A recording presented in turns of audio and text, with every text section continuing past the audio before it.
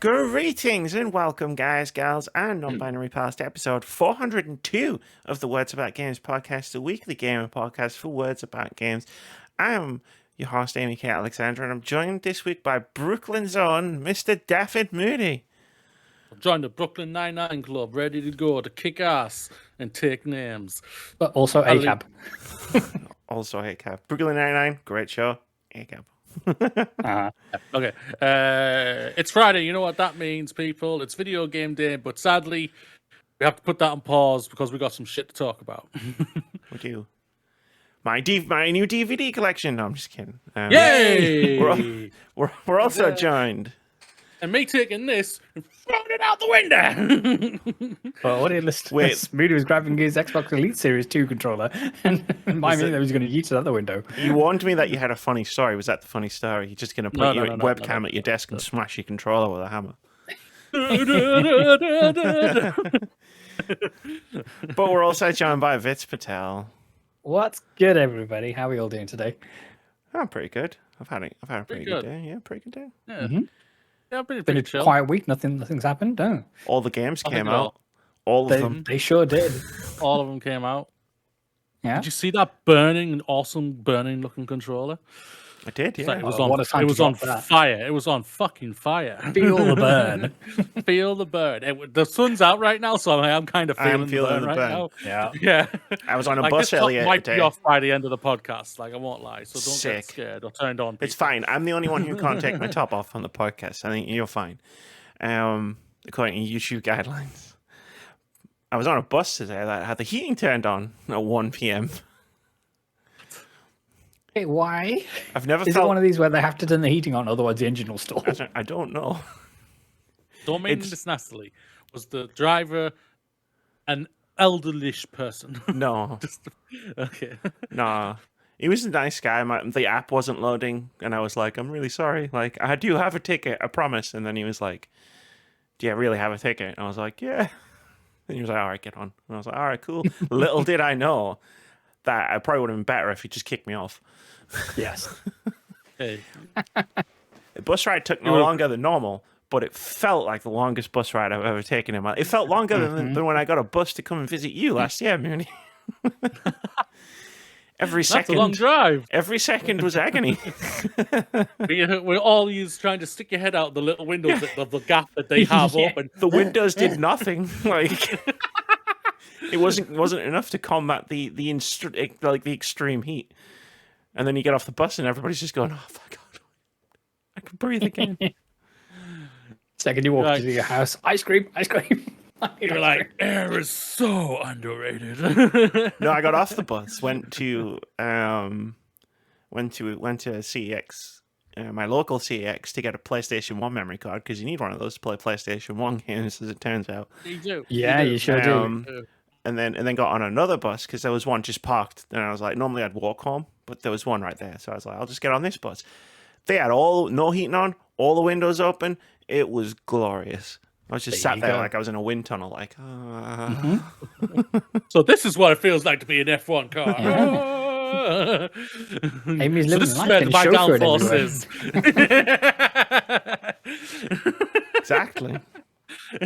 everywhere. is. Oh, quickly, shout out Lando Norris, first F1 win. Didn't watch the race. No I'm longer sorry, can people. because I expected Verstappen to go. Yes. And he pretty much did kind of at the start. He got lucky with the safety car, but either way. And Perez smacking into him right at the beginning. The luckiest person alive. But yeah, shout out to Lando and all of his girlies who are very, very happy this week, and no longer can anyone call him Lando No Wins. We started too early. I usually let you get this out of your system before we start recording. There's a downside to this. There's a downside. Yeah, a certain prick with them that weekend, who's currently on trial right now. Yeah, so number 45 was invited by McLaren. He wasn't just knocking around. Yeah, number 45. I just got what he just meant by that. Number 45. So yeah, the McLaren garage got a little more orange over the Miami Grand Prix weekend, and yeah, apparently he was quoted and saying, he was Lando's lucky charm, and he won because of him, and all the rest of it because of course he did, and yeah, it did put a dark cloud over proceedings, at least for me. More than the crypto sponsorships and the visits to Saudi Arabia and Dubai and okay. Yes. It's a compounding effect. This was why I like don't talk about F1 anymore. Sorry, I'll shut up. Oh, I didn't watch the race. I just found out when I got the message through on my end saying, "Oh, Lando Norris has won." Blah blah blah. And I was like, "Wait, what? No." My phone's broken. No, what happened? Yeah, something like that. I was thinking, Yeah. am I getting hacked right now? Who would hack me? Why?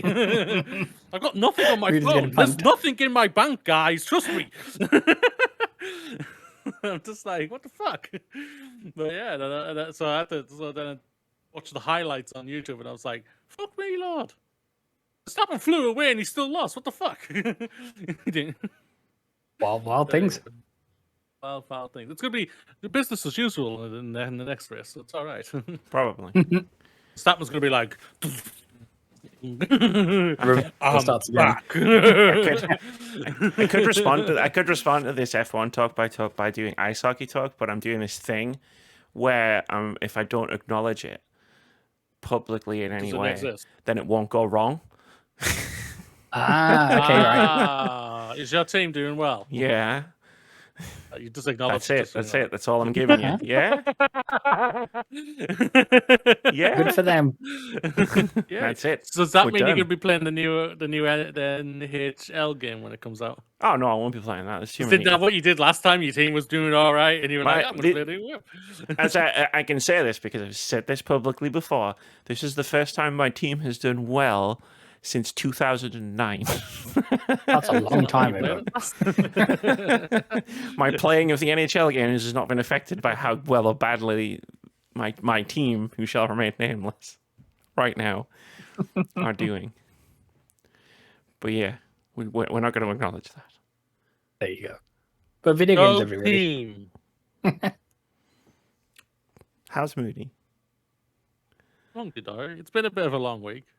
Not for work reasons. Work's been all right. It's other reasons. It's just, but yeah, I'm not bad. How are you anyway? I'm good. I How's your new DVD collection? Yeah, it's good. I just spoke over to you. I apologize. No, that's fine. It's getting there. It's really cheap to It's buy growing. DVDs, as it turns out. Yeah. Cheaper than buying them on the internet. I thought the whole point of digital only products was they were supposed to be cheaper than physical ones. Because, wasn't that the whole argument 10, 15 years ago? It was. That was the argument. They were schmucks. I mean, I know. I did point that out, but, I'd say a Yeah, lot I of think things. all the that- execs- Works. Well, the execs were like, well, we've got the digital stores. We don't have to pay any retailers. So why aren't we making even more money than before? Exactly. Oh, we could just keep Yeah. all of this extra money. There you go. Why pass any savings on to People are dumb consumers? enough They to don't buy need this it. stuff, so We need to, look after and service our yachts every year. These regular punters, no, they don't. it's the story of how the DVD collection has begun. That was quite funny because I was trying to watch. I was in the mood to watch a specific film. This was days ago.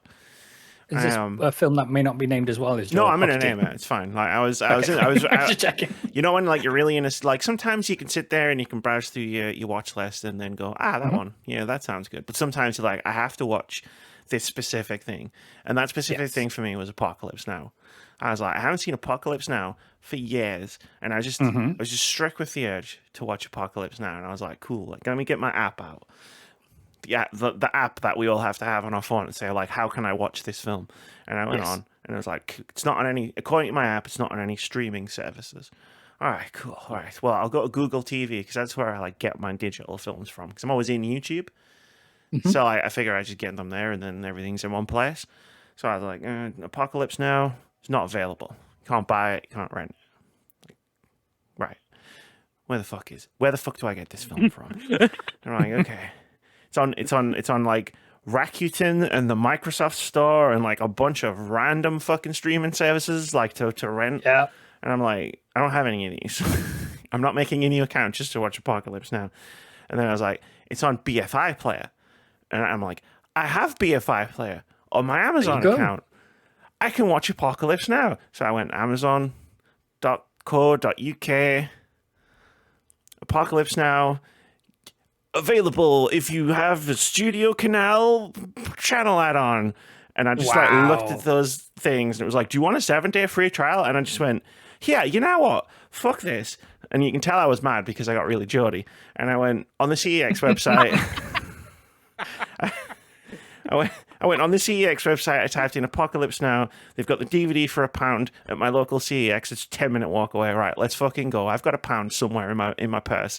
Yep, here it is. And I stormed up and I paid my £1 and I came back and I got my DVD and I watched Apocalypse Now and I beat the system. Hell yeah. Hell yeah. Hell yeah to that system. Fuck the system. That you beat. Beat the system.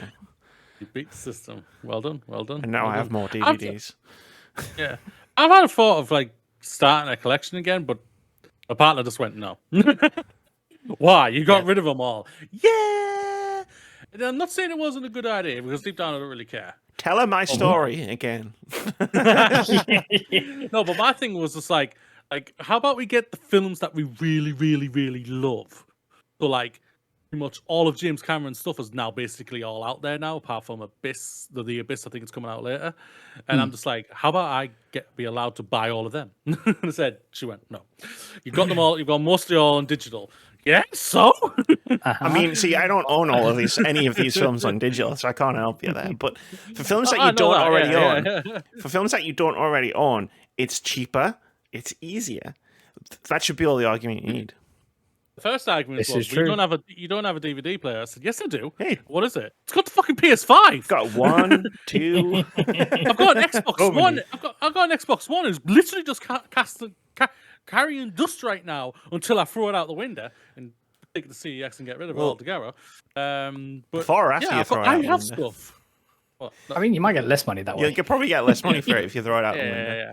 Okay, I'll make sure there's someone out there to catch it. It's really funny, actually. It's really funny, actually, you said that, like, because when I was telling this story to somebody else, like in IRL, like I told my Apocalypse Now story, and they were like, "Oh man, I remember DVDs, like, you know, they still exist, right? They still release all of the films on DVD.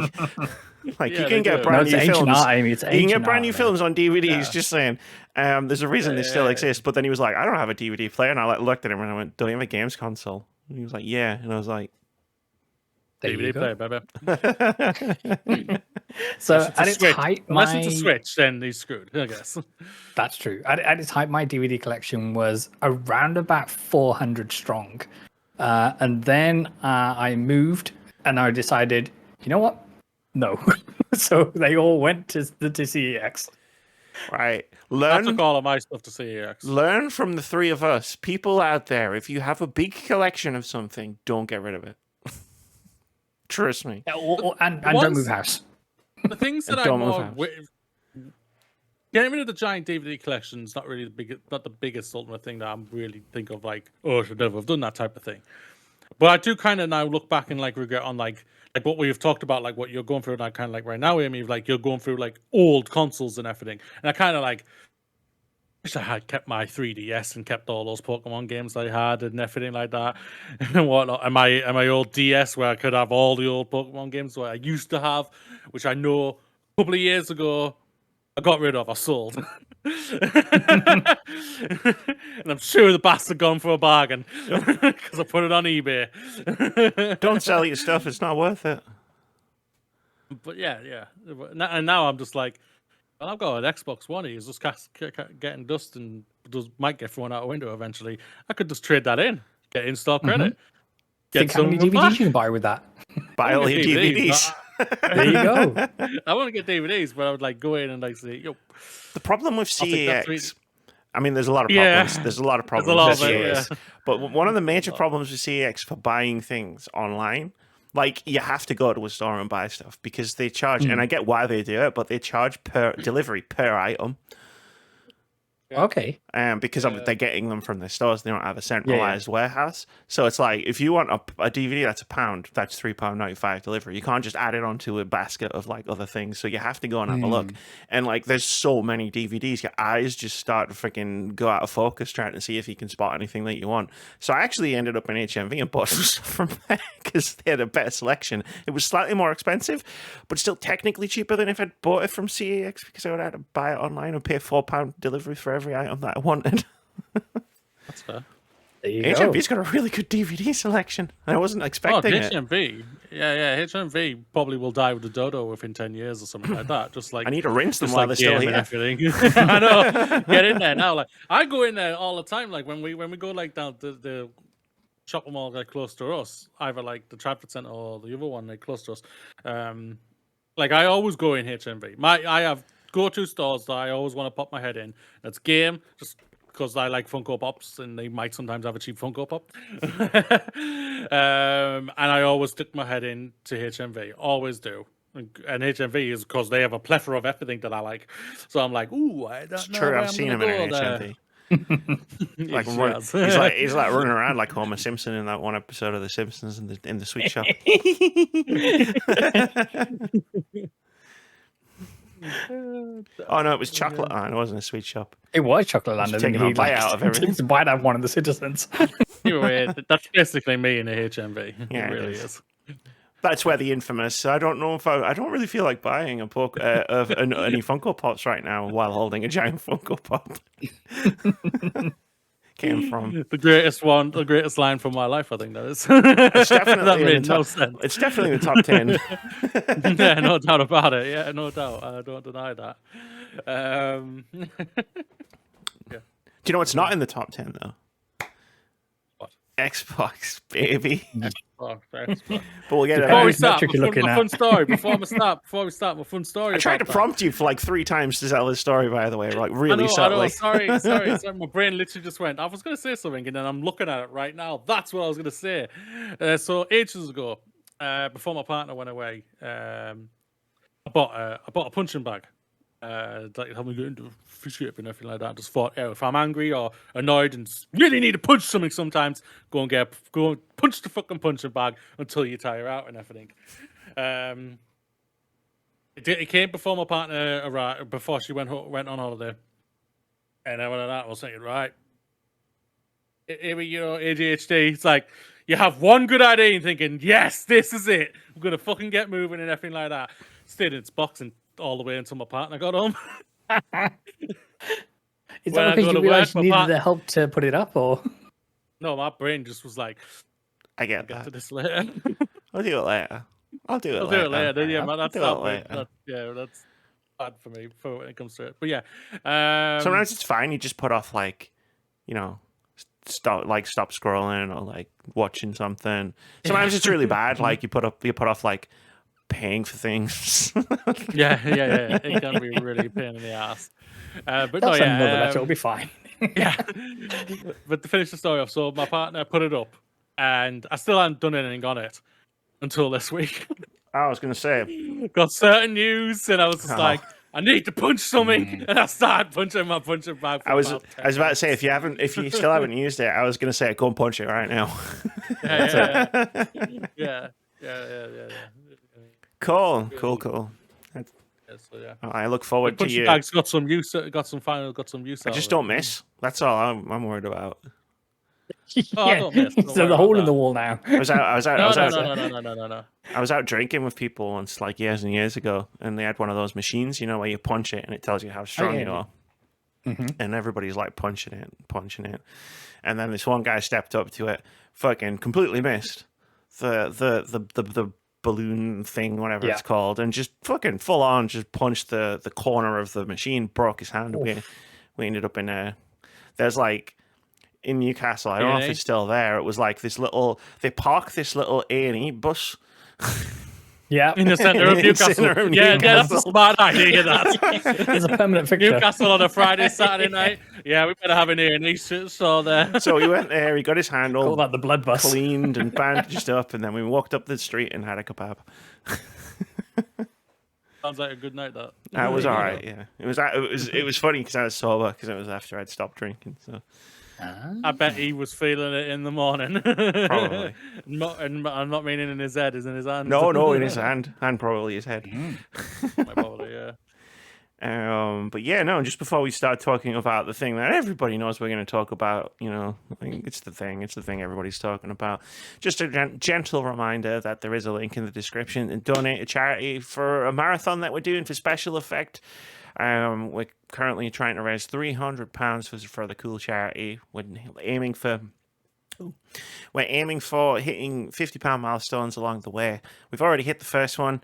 Amy's ridiculous, over-the-top Resident Evil PowerPoint presentation that I get to subject these two to. It's going to be great. We're looking forward to it. The next one we're trying to hit £50 from now is Moody plays Halo Reach, because Moody doesn't Speaking of Xbox. And speaking of Halo Reach, Xbox, and bad things that Moody doesn't like. Completely forgot about Halo Reach. Damn it! I'll have to keep the fucking thing for a while. Damn it! That might be the swan song for Xbox as a platform as we know it. So who knows? The idea that the last game Moody ever plays on an Xbox would be a Halo game fills me with so much joy. Fuck yeah! You know what, Vitz, you've got it there. I'll play Hellblade 2 and I'll play Halo Reach. Get us to the. We need to get people. We need to get to 50. We need to get another £50 as quickly as possible. Let's get this going. Because I did notice that. Make me miserable. Spoiler alert, I did cancel Game Pass almost immediately. Where I was like, this is the push that I needed. And then it was days later where I went, do I own Halo? No. Okay. Thankfully I do. So I'm set there. But yeah. And then at £150, I get to take these two fabulous people through some legally distinct 90s game shows. And because I'm me and I have several problems, I decided to put a video intro together. And I'm really excited to how that turned out. So we have to get to that milestone now. And also for £200, video game Vitzbody, and I did another video intro for that one as well, so we have to get to those as well. And as we get into there, we might as well get to Amy Plays a Mystery Game at £250, and then what's another £50 to get us to a 10-hour marathon stream, all for the fine folks at Special Effect. The mystery game is going to be good. Trust me, it'll be worth it. Anyway, speaking of... damn, that was a really good seg. I can't top the segue that I did before. Speaking of Halo. Speaking of Halo and Xbox and bad things. He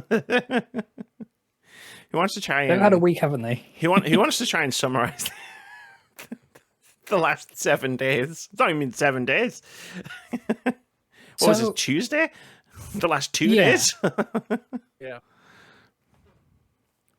So, as many of you will know, Xbox have, over the past couple of years, been on a number of... on a hot acquisition streak. So, they acquired Bethesda ZeniMax, and then more recently, Activision Blizzard King for $69 billion.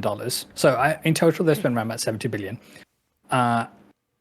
Then, all of a sudden, they decided, you know what, having all these studios is hard work. So, we're just going to cut a bunch of them. Which ones? Now, on the outside looking in, it looks like they took a dartboard, put some names on there, and closed their eyes and just threw it. Because it makes no rhyme, no reason, the studios which they've shut down. So, of the 4 Bethesda studios affected, 3 of them have been scuttled, and 1 has been reallocated into a support studio for live services. So, in effect, has been scuttled as well. So... it's bad news bears all around, especially for studios like Arcane Austin, who put together, while Redfall was a disappointment, they were behind titles such as Prey, and I know that a lot of the folks there were involved in Dishonored, which is a franchise precious to a lot of people. And then the one that probably stings the hardest for people in the moment, not to say that any one studio going down is more prominent than any of the others, is Tango Gameworks. So this is a Japanese studio where Microsoft had or Xbox had branded this as this is our foothold in in the Japanese market, and Japan's a really important market for us, and we're going to make sure that we enrich the studio and give them all the support they need that can be creative and all the rest of it. And they are the fine people behind Hi-Fi Rush, which was a darling that came out that shadow dropped last year, and from all the noises coming out of Xbox, did really, really well for them in every perceivable metric. But it turns out when you report to overlords at Microsoft, when you're Xbox, we don't know what metrics they're working on, and it simply wasn't good enough. Or the fact that these studios then pitched to Xbox, to Microsoft and Xbox, largely kind of thing, to say, okay, here's what we've got next coming up, but these things are going to take a while, because you know what, video games, we can't just pull them out our ass and have it come out tomorrow. And then they decided, yeah, you're not doing that no more. So I ain't paying for that. Exactly. Ain't nobody got time for that. Our shareholders got yachts to pay for, everybody. So yeah, it's one of these where it's bad news bears all round. So Alpha Dog Studios and Roundhouse Games, they're also being shuttered as well. And yeah, and it's just awful news. And then all the noises coming from Xbox Game Studios head Matt Booty and people like Aaron Greenberg and things like that, they all seem to be contradicting what they're saying. So on one hand, they'll say, we really want to foster our teams going out and making the games that they want to, rather than just, putting all their eggs in the basket, which is going to quote unquote sell the best and all the rest of it. Well, you do get titles like Hi-Fi Rush, which is a project made out of creativity rather than, we're looking to make the next Call of Duty or Halo or whatever franchise sells for Xbox these days, kind of thing. But then you say you want to make or you want to endear creative games which are record-breaking sales-wise and critically acclaimed and bring home lots of awards and whatnot, like Hi-Fi Rush did, and then you shutter the studio. So they're saying one thing and doing things with the other, and I think any trust that we had in Xbox as a brand has been diminished. So anecdotally, a lot of people I know have been cancelling their Game Pass plans because they don't see the value in that anymore. And it's one of these where, okay, if you're not investing in the studios you have, then what games are going to appear on the platform and what value is there? I know we had that discussion a couple of weeks ago now. And it's one of these where prophetic, one might say. Yeah, exactly. And then lots of people have decided, you know what, Xbox, we're done with you as a platform, and are looking to trade in their consoles or sell their systems and what have you. And I know Xbox mourned the loss of Tim Dog, but they lost. He's been having a hell of a journey exploring all the exclusives. Oh, he's been having a great time. It's been great to watch. He's just been like, oh my god, look at this game. Look at, he's like Homer Simpson in the Chocolate Dream. But yeah, and that's the tale of Xbox this week. That was the first part. That's part one. Like, there's so much more to this story. But yeah, no, like on what you were just saying there about like losing, like they're like players. Like Xbox haven't lost me. Like I'm still gonna play Xbox games. I'm still gonna play games on Xbox. Like I still own games on Xbox. They're still good. Like I'm still gonna play them. But like they lost me from Game Pass because like we've talked about it a lot. About like what value am I getting from Game Pass, and I feel like the only like pillar that Game Pass was standing on for me was it's supporting cool, interesting games. Like obviously it's supporting Xbox making like whatever Gears of War or Starfield or whatever else that they're making, but it's also like I feel like one of the pitches of the promise was Game Pass is like, we're going to make games that we wouldn't ordinarily be able to make, but we could justify it as part of Game Pass, like Pentiment, one of my favorite games of the last few years. And it's like, well, you just killed one of the studios that's doing that and did it really well by all accounts. Hi-Fi Rush wasn't for me, but I respect the fact that lots of people loved it. So like, why would I keep Game Pass at this point? Why wouldn't I just buy the games that I'm interested in that you release? Instead of like paying a subscription fee that otherwise I'm not getting anything out of. Again, haven't turned my Xbox on since Christmas. Cancelled my Game Pass and immediately bought Mass Effect on Steam because I'm currently playing it for a video. And you also have me to, if you want me to play Mass Effect. Exactly. I've got it on my PS5 and on my Steam as well. I got it on Steam already. You could have. I know. We're not having this conversation, but yeah. But I yeah, don't like know. it's like That's where my brain went. Sorry. because I've seen like the pushback to like, because I'm not the only person who's cancelled. I've seen, you got follow on Yes. social media, he's cancelled their Game Pass subscription, and the pushback is, well, this is just going to make them close more studios. It's like Hi-Fi Rush was a successful game by their own admission. They said it. We didn't imply anything. We've got the receipts. They said everything. We've got the They said everything was screenshots. great. It was a good game, and they closed them anyway. It doesn't matter. Like, Yeah. everybody could No one is download safe. Hellblade later on this month, and they could just decide, actually, we don't really want to spend money on Ninja Theory making another game, so we're just going to close Ninja Theory. And like, what matter how good Hellblade is, or how well it does, or how many awards it wins.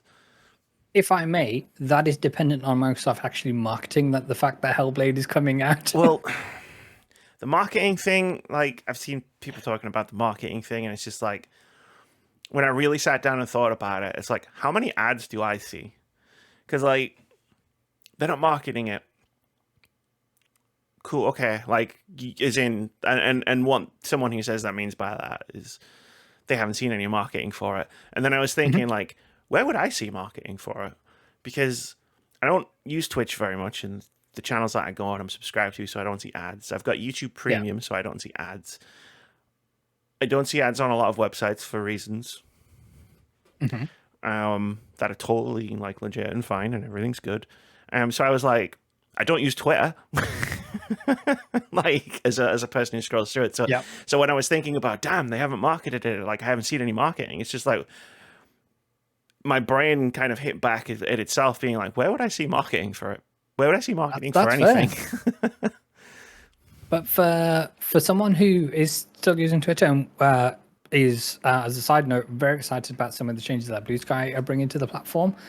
So, you know, they're bringing things like a lot of the features that we were looking for, such as like DMs and video support and custom gifts and all that good stuff. So looking forward to that coming online.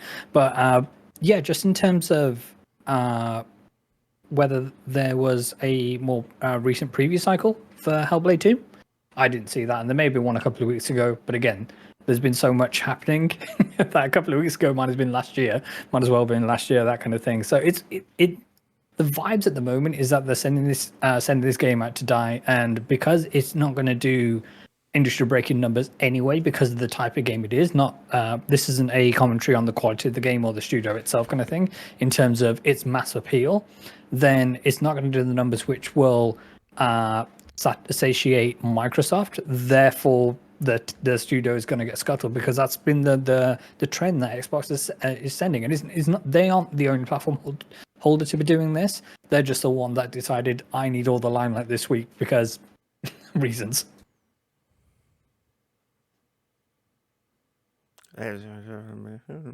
Yeah. I'm just filling in the dead air while Moody unmutes. Yeah, Moody was limbering up. Get ready. I needed the cough there. Sorry, I'm sorry. That's fine. So yeah, this is like the biggest dick punch out there. Like seriously, like this is the thing is, all year, and we're only 5 months into the year, it's been nothing but dick punches from Xbox. When they dick punched us and fired 2,000 staff because of the merger of buying Activision and Blizzard and everything like that. The dick punch to, yes, we were like, I think on the side of like, yes, go on third party, you're putting your games on everything. People out there who were like full Xbox people and everything felt hurt and everything like that, and just was just like dick punch after them for them. And now the dick punch has come back round to us, where they've closed 4 studios, merged one of them into another one, but basically closed 4 studios, 2 of them which were absolutely nothing but massive successes, like Hi-Fi Rush and everything. And they're like, yes, I know the Redfall team had one bad game in Redfall, which they never had. We reported on it last year. They wanted Microsoft to come in and cancel that game, to allow them to go back into what makes them, and which is bringing great first-person story-based games in like Prey, the Dishonored franchise, and everything, which were great successes. Yeah, immersive sims that were absolutely brilliant for them. And now this has come along, and it's just like, Microsoft, you are the new EA. You were the EA who has gobbled up a lot of studios and now going out and closing them all and everything. And you've now just closed 3, or 4, should I say again. And now, like, everybody who's got a game coming out this year, like Ninja Theory in a couple of weeks, are literally looking over their heads, looking behind them all what themselves. What does a shooter like Double Fine do? Like, I'm terrified for them because we have the likes of Tim Schafer, who, by all accounts, is one of the finest humans walking this planet, and it's one of these things that even if they come out and do and make a Psychonauts 3, and it's one of the best games of the generation, I'm fearful that their team will be scuttled before they get the chance to make that. In terms of one of the higher ups, or one of the bean counters of Microsoft is going to be saying, okay, so we've spent close to $70 billion, and now we're sending all the messages down to Phil Spencer and his team to batten down the hatches, tighten your belts, and cut the quote unquote dead weight in terms of what studios can we close to save a bit of money because our shareholders need to pave their new driveway or whatever it is. So it's one of these things of how profitable is Double Fine for Xbox as a brand, and what metric does it need to hit in Microsoft's head in order to make it worthwhile to keep them on? And from the outside looking in, it doesn't seem like any of those numbers are going to be big enough for the head honchos at Microsoft to say to not have the sword of Damocles swinging over them. Well, they got what they needed out of the studios that they bought. Like, this is going to be really harsh, but like from Microsoft's perspective, they got all the IP they needed for Game Pass. Like, they don't need the studios anymore. They still have Dishonored and Prey on Game Pass. They're always going to be there. That's the added value that studio brought to Xbox, and that seems like that was the reason that they went out on such a spending spree. Like, I come back to to Xbox president Matt Booty at the town hall that has been reported on by several journalists, saying the company's studios had been spread too thin, like peanut butter on bread. What does that mean? And then Jill Braff, ZeniMax, head of ZeniMax, Jill Braff also apparently said, "It's hard to support 9 studios all across the world with a lean central team with an ever-growing plate of things to do. I think we were about to topple over." It's like, motherfucker, like, no one told you had to have if someone told you had to have a lean team, like, I'm assuming you bought these studios for them to make games, Microsoft. But I guess you just wanted the IP to shove into Game Pass to see if you can make the numbers go higher.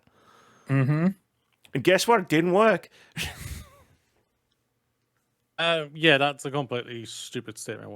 What's come out. It's spread like too that. thin. No like, doubt about it. Yeah. Right, I'm going to take this metaphor and I'm going to run with it, and we're all going to regret it. Right? If you you spread too thin. Right? When I put butter on my bread for a sandwich, if the butter is spread too thin, I put more butter on it. No, if I don't have any butter, if I don't have any butter, I go to the shop and I buy more butter to put on my bread. But in the meantime, have like cereal or something. I don't know, something else. Like, what the fuck is this statement? You don't throw the concept of sandwiches out the window. Yeah, you don't throw the entire sandwich away because you didn't put enough butter on the first time you fucking spread your knife across the damn bread, Microsoft. And I'm using your analogy here. It sucks. It's a bad analogy. Stop doing analogies. You suck at it. Yeah, it's one of these things where this is the latest in a litany of stupid stuff that Microsoft executives have said recently, and this is going back to when they did their kind of town hall podcasters to where some of the titles were going third party and all the rest of it. They started saying stupid stuff then most recently, and they haven't stopped. I feel and like it's one of these things where the internet has been putting up the receipts of people like Aaron Greenberg saying, "Oh, Hi-Fi Rush, it met every single metric and target that matter to us here at Xbox, and they're really proud, and they couldn't have done anything more to make us more proud of them and more happy." And now they turn around and say, "Well, too bad." Sure about that, Aaron? Yeah. Yeah, the Phil Spencer said in a documentary, I've got the quote right in front of me, "You acquire a studio for what they're great at now, and your job is to help them accelerate how they do what they do, not them, accelerate what you do. So Phil Spencer's a fucking liar. Yeah. It's just plain and simple. Like, we've talked about Phil a lot on this podcast. I think a lot more than a lot of other places have, just because me and Moody are very cynical people, really, when it comes down to it. And we've kind of been eyeing up this seeming pattern of mismanagement coming out of Xbox for a couple of years in regards of like how their studios are functioning, or in the case of a few of them, not. And I think during one of these discussions, I vaguely, dimly recall saying something along the lines of Phil might dress like a gamer, but he's just another executive, and like He's just another suit. He's just another executive, man. Like, Microsoft are running themselves like a tech company instead of a video game publisher, and like a lot of giant Western video game corporations, and like this is the result. Like, it's not about games, it's not about art, it's not about creating things, it's about how do we make the line go up faster. I'm going to bring out an old one I haven't said for a while, but AAA publishers will fuck themselves in the long term if it means that they can have short-term gains. I don't think that's exactly how I used to say it, but it's been a while since I busted that one out. No, it's you're exactly right in what you're saying, and we've had people come out and defend Phil Spencer's character and all the rest of it, and it's not about his character. Well, yeah, that's what I'm saying. Sorry, that's the point I'm alluding to in terms of, Phil might come across as a gamer and play the I'm the good guy card and all the rest of it, but it's like actions speak louder than words, and they're still accountable, or they're still reporting to higher ups, which have more say so in terms of, right, this is the direction that you have, and they've had, or they appear to have, a plan which they've been building for the last 8 to 10 years in terms of we're gonna really invest in Game Pass, and Game Pass is where it's going to be. We're going to have Xbox appear on every single screen that you get, even if you don't want it to appear there. Xbox is going to be there, kind of thing. And it's one of these where we've always been hearing how the dominoes were being stacked up. They're going to get ready to fall any day now, any year now, any quarter now. They're going to fall. And whether he needed more time for his plan to come to fruition, or whether Microsoft just ran out of patience, it's one of the two. But what I've been hearing a lot this week is I'm real tired of executives and being told that they are good people and all the rest of it, because everything they say ages like milk right now. And it's one of these where Janet Garcia had a brilliant excerpt in terms of, you wonder why Sony and Nintendo have effectively become faceless companies, because they don't say anything, because they don't want to play themselves and have things come and bite them in the ass. But Xbox have come up with this. Jim Ryan was barely a personality online, and yet he was still roasted constantly for all the dumb shit that he would say. Moody, you were going to say something, I think. I'm sorry to be rude. I've been trying to say something. It's for fine. A while. I did see it. I was waiting for a point. So back to your point where you asked Vitz about Tim Schafer. I don't think Microsoft will touch Tim Schafer at all. Double Fine will be fine until Tim Schafer leaves. If he leaves, then we get worried for that. For me personally, I think Tim Schafer will fight tooth and nail until he basically has nothing left to basically say, I have to leave, or I'm getting forced out, type of thing. That's how I see it. I have nothing to base that or anything, but that's how I kind of guess what's going to happen. Like last year, Ninja Theory, I think it's come out lately because of all of this. Like Ninja Theory's co-founder left last year, and that's why obviously everyone's like, oh shit, when it comes to like Hellblade and whatnot. I think there's a lot like I want to bounce off. Like the whole thing, like what Moody's saying is like is just a load of bollocks. There's no doubt about it. Like it is nothing but corporate crap. Like what you're saying there's if it's about execs, I don't give a fuck about execs. I don't care how they feel. Not my problem. What's it? Yeah, I don't care how they feel. Like Phil comes across as the best guy in the world, like you're saying to me. The gamer, win Phil we trust. Like but like we like me and him we've been saying for a while. Win Phil we don't fucking trust. Yeah, like when he comes out and literally states the thing guy was the vibe for a bit, yeah. When he comes out and literally states the thing of just like, I am getting paid too much, then cut your salary then, mate. You have the power to cut your salary. Microsoft, if you tell me Microsoft wouldn't say, wait, you want to take a pay cut? They wouldn't say no to that. Fuck off, and you know that. But they would happily not pay you less. But even if Microsoft, for some reason, because it might be like a prestige thing, they're like, no, we're not going to let you take a pay cut. All right, Phil, like, bet, give you money away. Like, if you think you're being paid too much, figure out how much you think you should be paid and just give the rest of it away. Yeah, that's all you need to do. But he doesn't, or that we know of, he doesn't do this. If it comes out he does do this, then fantastic. We'll give him some praise for once and everything, and whatnot. The whole statements of this, we were overflowing and everything like that. Why spend 70 billion on all these studios then? Why? What's the point? They didn't have anything in the tank to put on Game Pass. But they're gonna have less. Sorry, Moody, you go. No. The thing is about it, like, this is because of what all is happening. This proves, without a shadow of a doubt, Game Pass has failed. Game Pass has failed. It's a dying entity. It may survive in some new form or whatsoever, but it has failed. What they wanted to do, like I stated ages ago, when the whole thing of will they go third party and everything like that, they've come out and stated like they need around 100 million subscribers to make this thing sustainable. They're nowhere near that. Like, they're not even talking about numbers that we talked about last week. The last time we heard it was like, what, 35 million? Something, yeah. Something like that. They're not even talking about it. Starfield did not move the number whatsoever. It did not. And it's just like, and now you've got all of this nothing but negativity against you right now. They've got a showcase coming up in a month's time. Literally a month's time. And they are now, everyone's like we've discussed, like, I don't want to react to this. I don't want to give a fuck about this right now. Like, my opinion might change closer to the date. I'm a very fickle bastard when it comes to my brain sometimes.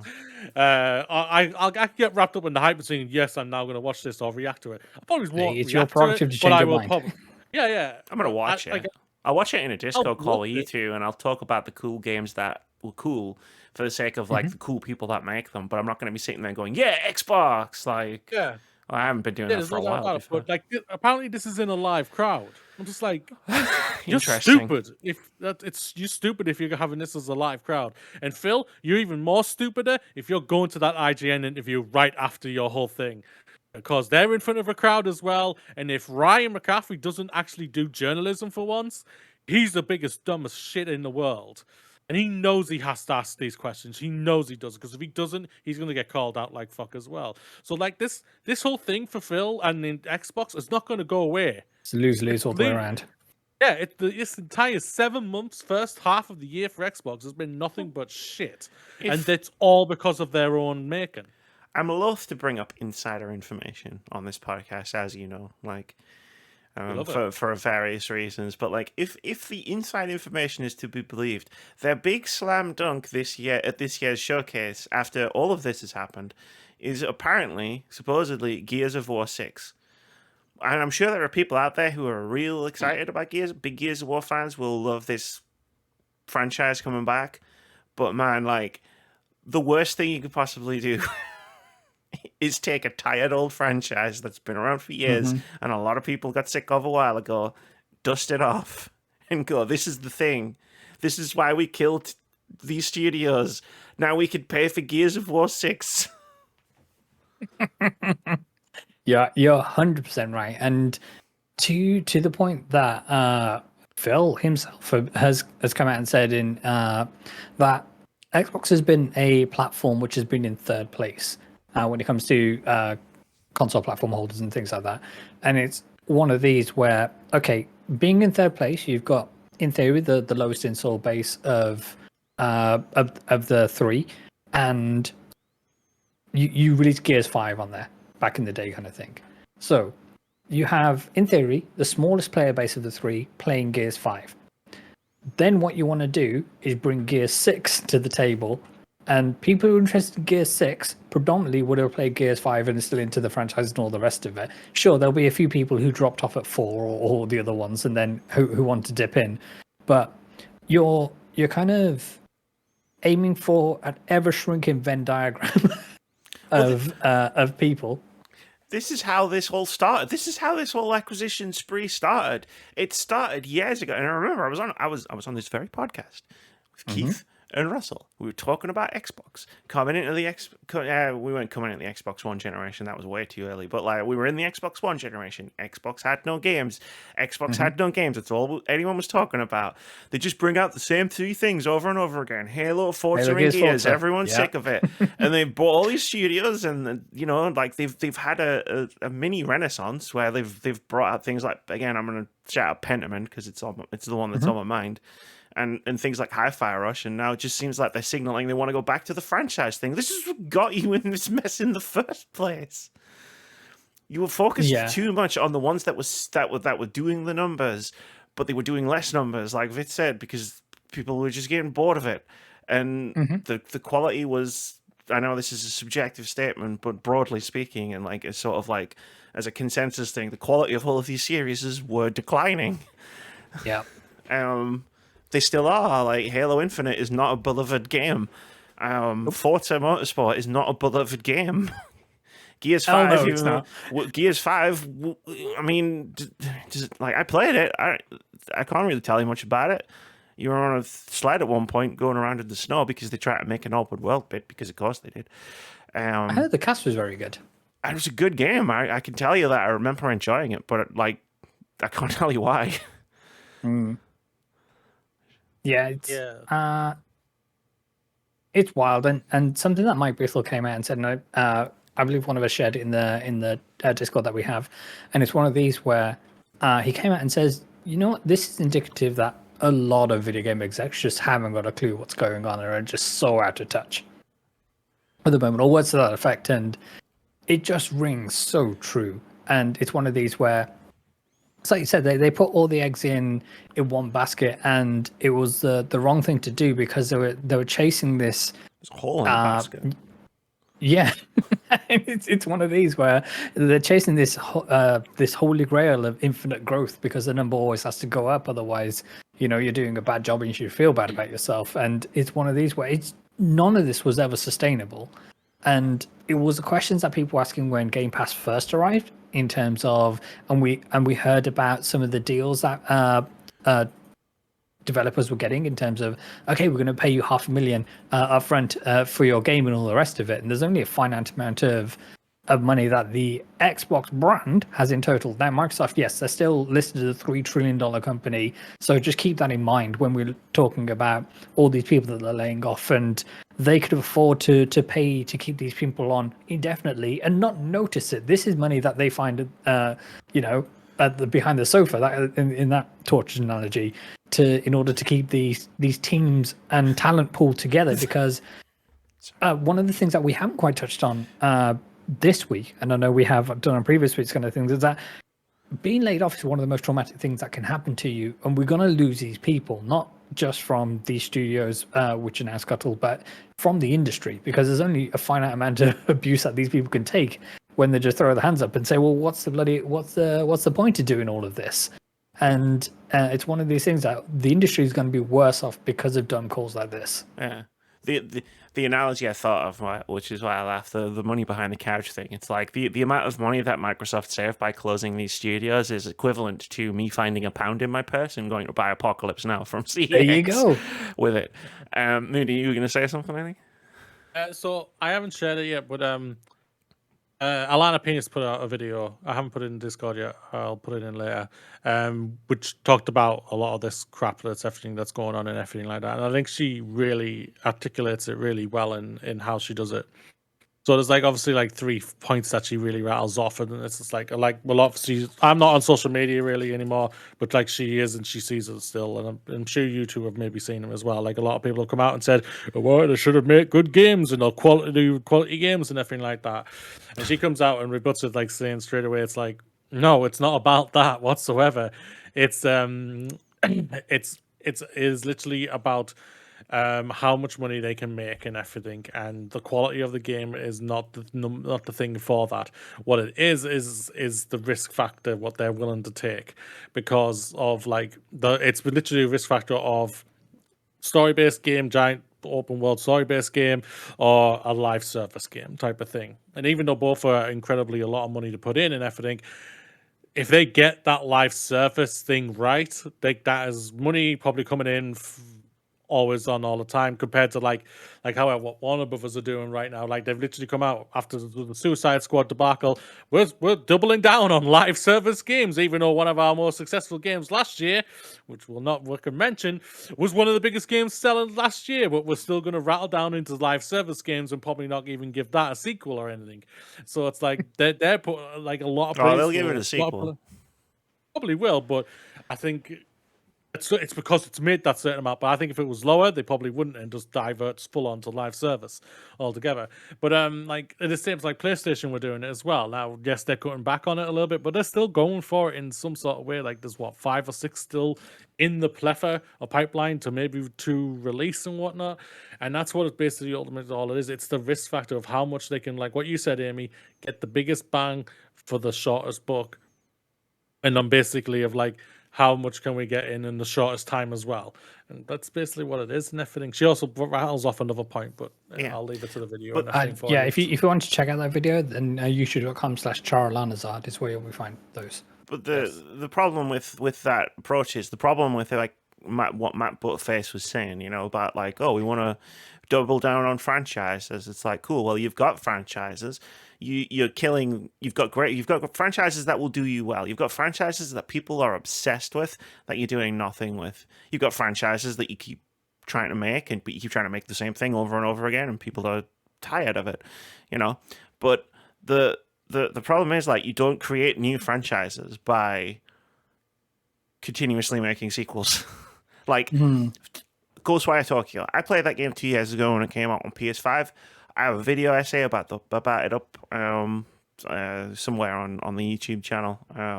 Like I didn't particularly find that game great. I thought there were some very cool things in that game, and a lot of things that weren't so cool.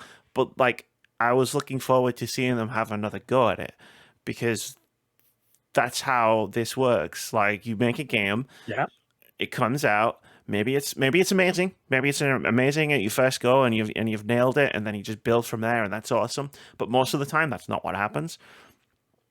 And you take what works, and you iterate on it, and you take what doesn't work, and you change it, and you keep looking for that special combination.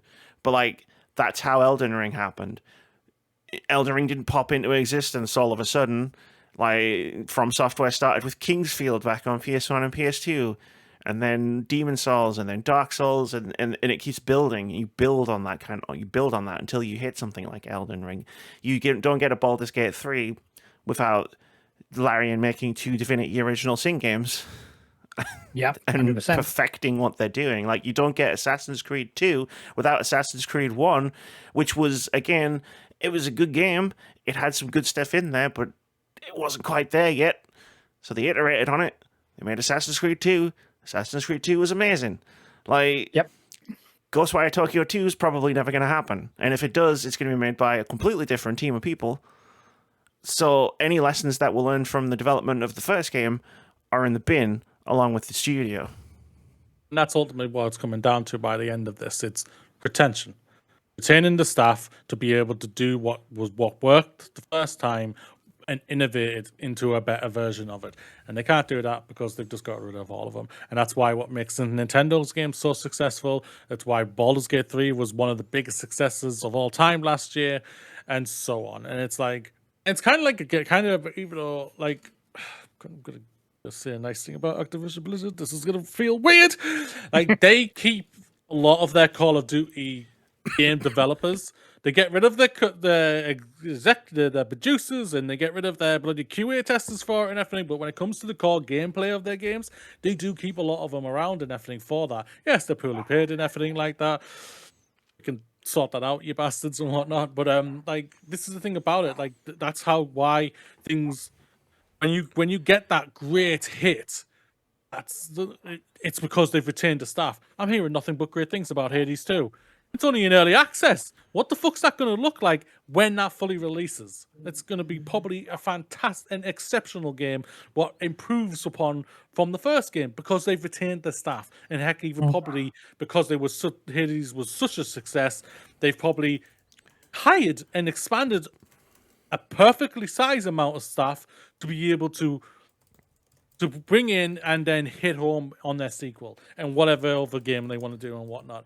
And that's what ultimately it's coming down to. Like PlayStation, they're even suffering from it as well. Like PlayStation don't retain some of their staff as good as what they used to and everything, which is a shame. Yes, they keep quiet and whatnot, but like they're in the rounds of just like right now, PlayStation are just really relying on bloody Insomniac for games and everything. And PlayStation are in their own nightmare because of how much stupid spending of money they are putting into these games and everything. And Xbox are doing the same and whatnot. But it's just like Microsoft are just like, they've decided it's like, we want a return. Because the worst thing that happened last week was Microsoft saw how big of adding Activision Blizzard to their monthly quarter was. Yeah. It went from 11% all the way to what, 50 something percent it was, I think it was, I remember. And they saw that and they were just like, there's out. That's the only ammunition we need to tell Phil Spencer, your freaking plan is not working. You're now going to change and you're going to divert to another plan. And the plan is going to be probably getting games on everything faster than ever before. Sorry, Xbox fanboys out there. The next console is going to be the last console. I'm for sure of that, especially if it doesn't sell well, because there's a lot of money to put into it, and it won't sell well, just like the last ones haven't been doing and whatnot. And it's just a continuation, and eventually they will, within the next 10 years, I think, will just divert all the way to being a software company and just throwing all their games onto PlayStation, all their games onto the Switch 2, and whatever next Switch after that on Nintendo console, and all their games on the Steam. I think Game Pass, I think, was... Go on. No, I was going to say, I'm sure they will throw a lot of games on other consoles. I think they'll focus on PC because they own Windows. Yeah, there's no doubt about that. But I also think they're going to... I think the model of games, day one and their exclusives, day one and Game Pass, I think that's going to go away with the dodo.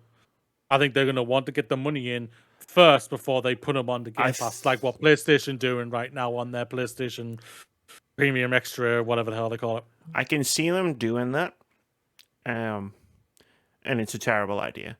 Like there's this old adage about content creation, which is don't try and charge someone something they were getting for free. Yeah, it's impossible. There was a big thing recently with a YouTube channel I sort of follow. Like I follow them for like one specific thing that they do for 6 weeks every year. But they just recently tried to launch a streaming service that people were going to have to pay for, and all of their new stuff, all of their new shows were going to be exclusively on this streaming service, and they were ditching YouTube. And like you can imagine how well that went down. And obviously, like they made the announcement on a Friday. By Monday, they'd changed course almost completely. And what Xbox will try and do is they will try and say, look, we need to sell our games, and then Game Pass subscriptions will go through the floor, because I imagine a lot of people get Game Pass for those day one releases. I imagine that's why the numbers are so much higher than I imagine PS Plus's numbers are, relative to like install base. Yeah. I mean, but that'll just destroy you, because like I cancelled Game Pass 2 days ago, and I'm not buying Hellblade. I'm budgeted for Hellblade this month, so I'm not buying Hellblade this month. Like, so the idea that like, oh well, like we'll just sell all these people our games. It's like, but will you though? Sorry for putting in there. We are just a small bubble compared to the rest of the gaming audience. Sure, but gaming audience, I don't think give a flying hoot. Like if they just got rid of their consoles altogether and were just going Game Pass only on Windows. And because PlayStation aren't going to allow Game Pass on their thing, but if they get the Xbox games on there, they're going to be absolutely laughing. And so is the PlayStation gamers, and so will the Nintendo gamers, at least on the more powerful console when it comes out. I think they won't matter. They won't care. That's the thing about Xbox fans will be annoyed, angry, and everything. Do not disagree with you. And the people who like what you were just talking about will go against that and will probably not buy a game from Xbox ever again and whatnot. But I think the majority won't won't care. I think the majority aren't going to care right now. Sorry if it's anything, jump in real quick. But I think I agree. Obviously, like we're talking as people who like pay attention to what's happening in games, but I think it's not moves like this that we're talking about, and like let's say potentially like they do stop the day one Game Pass thing, which decreases their Game Pass revenue.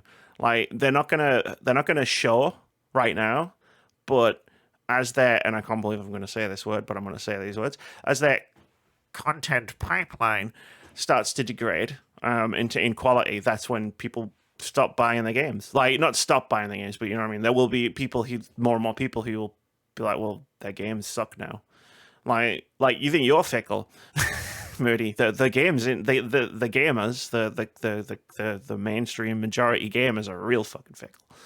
And if Xbox games start to degrade, which they will, like we've talked about it, as everything with all the layoffs and stuff that have been happening, we've talked about that games are probably going to get worse for a while.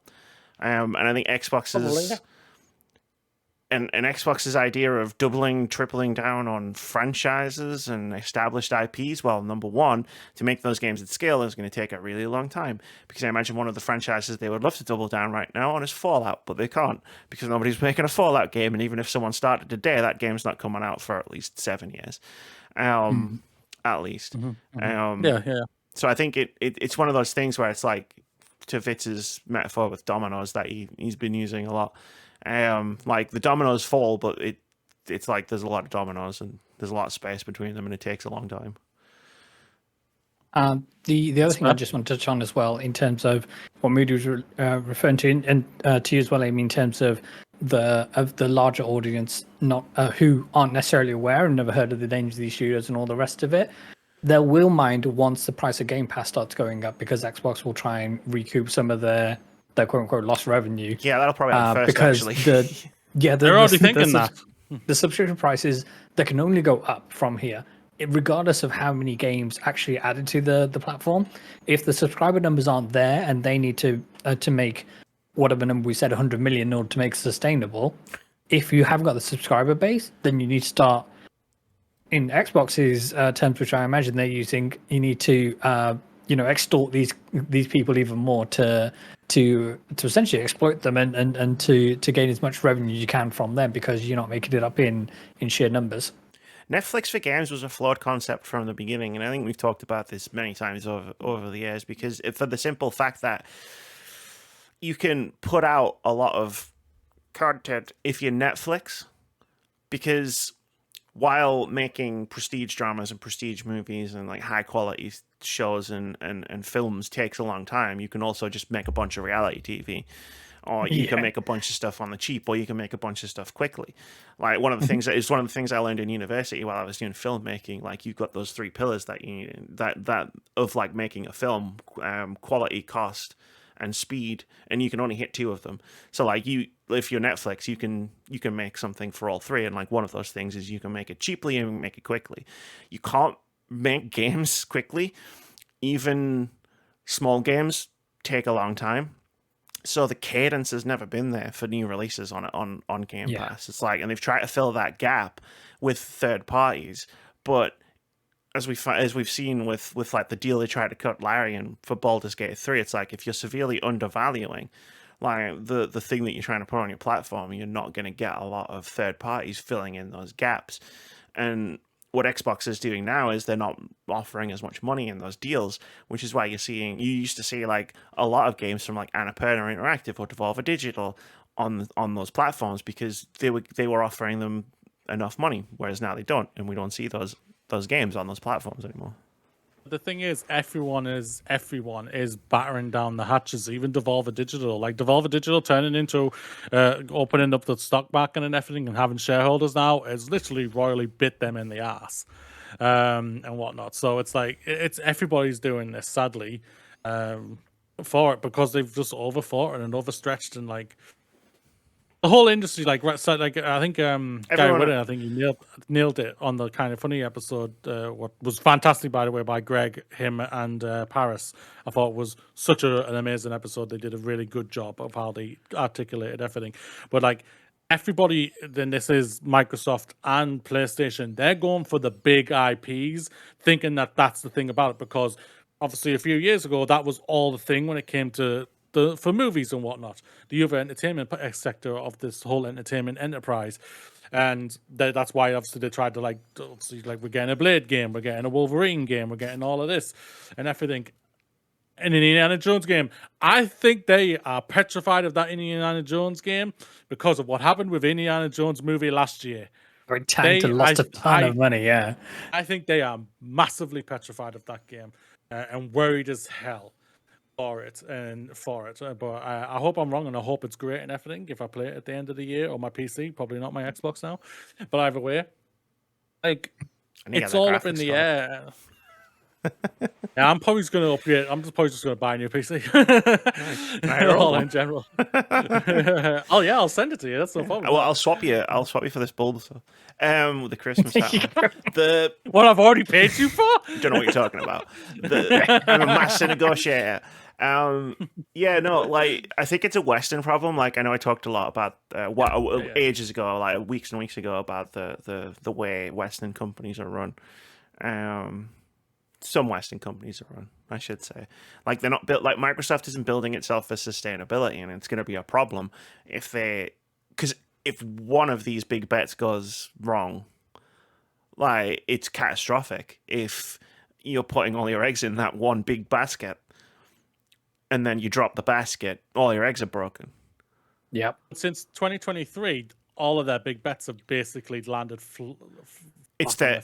Ironically, it's their smaller bets that have paid off the most for them. Like I'm sure Starfield sold more copies than Pentiment and Hi-Fi Rush and Grounded and Sea of Thieves, but it's those games that were the positives for Xbox. It's like no, like Xbox isn't completely having a bad time because they've got these games. And they're not like the mega sellers, and they're not like the games that everybody's like thinking about, because most people only play like 4 or 5 games a year. Like normal people, not like us, play 4 or 5 games a month. But those are the games that give you that prestige, Yeah, I think so Fitz, do you want to ask a question that you wanted to ask us? Yeah, let's wrap up on this question so you can do a half. Yeah. So one thing I was percolating up in the back of the brain was okay. So Xbox is now moving to a strategy, as far as we know, where they're going to just focus on the big IPs because they're the ones which are going to do gangbuster sales, and all the rest of it is going to be, the biggest and best IP, the best of the best coming from Xbox. What IP are there which are absolute certified bangers outside of Call of Duty, which they quote unquote bought in? I mean, Elder Scrolls Skyrim, which has sold 63 million copies. Okay, but they want the next Elder Scrolls game. They want the next Fallout game. Halo still sells, man. Basically. I don't think. Does it sell? Halo still sells. It might be in the toilet as a franchise. People still buy it. But is it enough? Are these sales numbers going to be big enough for Microsoft to be happy with them? Nothing's going to be enough for Microsoft to be happy with. That's why Halo has been rebooted twice in a row. Like that's the problem. Like they have too high expectations for everything that they put out. Like that's again another reason why they're in this mess. Like Halo will sell a fucking shit tillion copies the next time they release it because people want Halo. Will it be a good game? I don't know. Like the mismanagement tells me no, it's probably not going to be a good game. Like if they don't fix whatever problem is causing Halo to have the issues that it has. Will it be enough sales? No, it won't be enough sales because Microsoft needed to be Call of Duty, and like that time was long past where Halo can be Call of Duty. And this is in the same way that people chase live service games because everybody wants to be Fortnite. There can only ever be one Fortnite, and that's been going. Everybody thinks Fortnite's an overnight success, but it took at least 7-8 years? It was in early access for years. They changed the entire game. Yeah. At the last minute. That's how it became. You know what I mean? Like it's what I was talking about before. Like these things don't happen overnight. Mm-hmm. That's basically what it's all about. And to your and point, everything. yes, And Elder Scrolls as well. yeah, like there's been a lot of games that have been massive successes for a lot of studios and everything. Like Overwatch was a massive success for Activision. Obviously, they burnt that bridge, and I think Call of Duty's been nothing but consciously success for them. For Ubisoft, Rainbow Six Siege has been a massive success for them. They keep throwing out content for that all the time and everything. And I can't remember the rest. If you want to build a sustainable, if you want to build in a sustainable way, which Microsoft should be doing, but aren't, like you need to understand, like there needs to be an understanding that success is relative. Like there needs to be a realistic target set of, okay, this is the game that we have in front of us. This is the game that Obsidian, Machine Games, whoever is making. Like what if we get behind this and we give them the resources they need to just do their thing, and then we do the marketing and we do the preview cycles and all this stuff. Like what is a reasonable measurement of success? Not how do we make this sell Call of Duty numbers. Like, because like most games will never be able, and not even Call of Duty numbers, just like the next tier down, because like there's a lot of games that are going to be amazing that aren't going to make that. That's the thing about it. That's the thing for us, reasonable people like us right now, and everything like that. That just sounds absolutely fantastic. You can have both. You know, you can give us great games, which you don't don't ask for them to bring back so much bloody money and everything, and you still have your Call of freaking Duty and everything. You can have it both ways. Like Microsoft is literally set up as a company with Game Pass and the studios that they've bought to have it both ways. Like they don't need to follow the PlayStation model of just having like every few years having, you know, the big prestige AAA narrative driven game come on and sustain them. Like they can have the big games, they can have the mid-tier games, they can have the smaller games, but for some reason Matt Booty will say that's what he wants, but not deliver it as a company. But again, going back to the PlayStation thing, that whole thing what you just said for PlayStation, that's slowly going to bite them in the ass because of how much money they're putting into them and everything. Like what, 220 for Spider-Man 2, Spider-Man 3, your rumor is around 300 fucking million. That's disgusting. It's disgusting. Like you've got the entire game already built. Why the hell are you spending an extra 300 million on this fucking thing? You're in the Spider-Man voice Yuri Lowenthal. Yeah. Lowenthal. Great tweet, by the way, sir. Like he's not asking for 50 million. I bet he wished he could, but he's not probably asking for 50 million to come back and reprise his role as Spider-Man and Peter Parker. It's like my whole thing with the Insomniac business is okay, there's a Marvel license fee to pay for that kind of thing. But don't Sony own the IP rights to Spider-Man? It's probably complicated. Before we get into it, though, before we pull on that thread, like Microsoft are doing that as well, because obviously with Blade, which is going to bite them in the ass, I think, and Indiana Jones, which is going to bite them in the ass. Big style. Like it's another. Like I can imagine that's the only reason Arcane Leon is still open. And I love Arcane Leon with all of my heart. I know people who work there. They're amazing people. I love the games that they make. I always have. But like, if they didn't get Blade, I don't think they would be around anymore. And the problem... I pray to God that it's good. The problem I foresee is I think the game's going to be great. Like, I think it's especially going to be great for people like me. I don't think it's going to have the mass appeal that Microsoft thinks it's going to have because all of this is my evidence. The only way it returns is if the film industry gets its... Well, let me rephrase that. Disney gets their finger out their asses and reshapes themselves. They've got a great hit right now, and obviously X-Men 97 going off and whatnot. So but they need to get the rest of the stuff, which potentially they could be doing. But it's still going to take time for them to get their freaking fingers out of their asses and get their play back on the thing. It's a whole knock-on effect. But also, why the fuck would you accept those deals with Disney anyway? I love Disney. I'm a fucking mark for them, even though I will criticize the fuck out of them. But you don't sign up to a deal like that with those guys. No, you don't. You're just stupid. Anyway, we need to get out of here. Tell us about the indie game of the week. We need to get out of here. Amy fucked up. She didn't put the indie game of the week in the document. She left a note for everybody. And brought it up Note for everybody. And I brought it up on my phone while you were all talking. Yeah, so it's time for Indie Game of the Week. This is the cool thing that we do every week where we talk about cool looking upcoming indie game that looks cool. This one's for you, Moody. This week's Indie Game of the Week Compound Fracture is called Compound Fracture, taking its inspirations from a little game called Dino Crisis. It's like first-person Dino Crisis. It's 1996, and the sky over New Manitoba City is choked with pollution. An anonymous whistleblower contacted OSCA, claiming that chronogas had violated the federal laws banning the use of time travel. A health and safety enforcer was dispatched to investigate the claims, but found the situation was more urgent than anyone could have predicted. He is forced to act decisively, take on the role of the enforcer as he cuts a path through a hostile world, set right something that never should have happened. And the thing that went wrong? There's a crisis involving dinosaurs. Wow. rat bass son of bitches. When you first started that read through, I'm like, holy shit, they sent Jean-Claude Van Damme back in time. He is time cop. Nope. They brought the dinosaurs forward in time. Wow. Yeah, they've gone with the aesthetic, the PS1 artistic aesthetic. It is a first-person game. It's not a survival horror like PS1 like type survival horror. But No, to stand up and raise his desk in excitement. I saw that. I know, right? He's going to be saluting any minute now. That's it. I saw this, and I was like, I got to put this in as an indie game of the week. This is yes. This is for me. And then I even wrote in the thing when I was writing my note. I said, "Really, look this up. This is for you." I didn't even see this note. Sorry, thank you.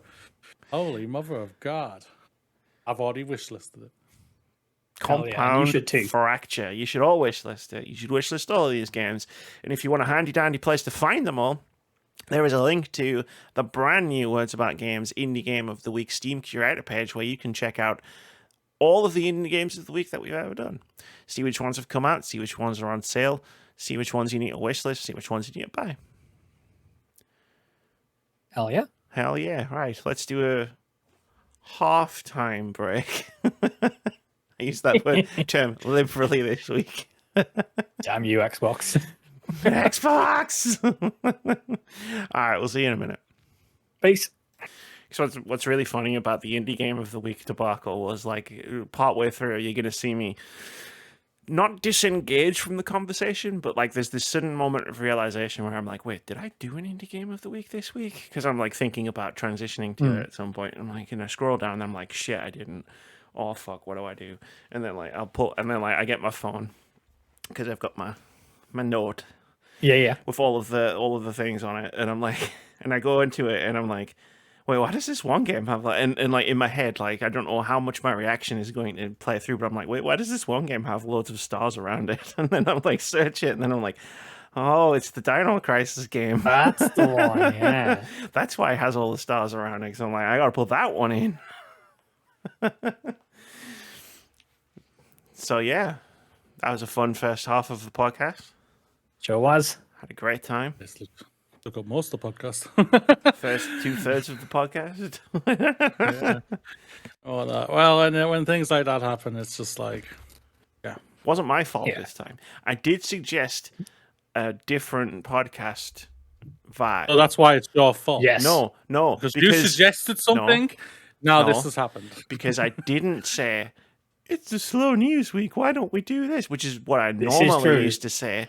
And you guys would always say, damn you, I mean, this is your fault. I didn't say it was a slow news week. I've learned my lesson. Yeah. But now your powers have just been, don't even, just say something. And this is why I'm not talking about my hockey team right now.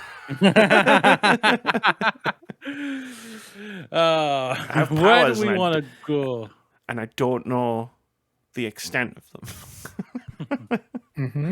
Do we want to stick with Xbox or give them a break a bit, or do we want to go somewhere else? A little bit of Nintendo, a little bit of PlayStation. We can talk about the other thing, like the insider information thing. But what I say is mostly going to be what I said on Discord. It's not really going to have anything to do with Xbox.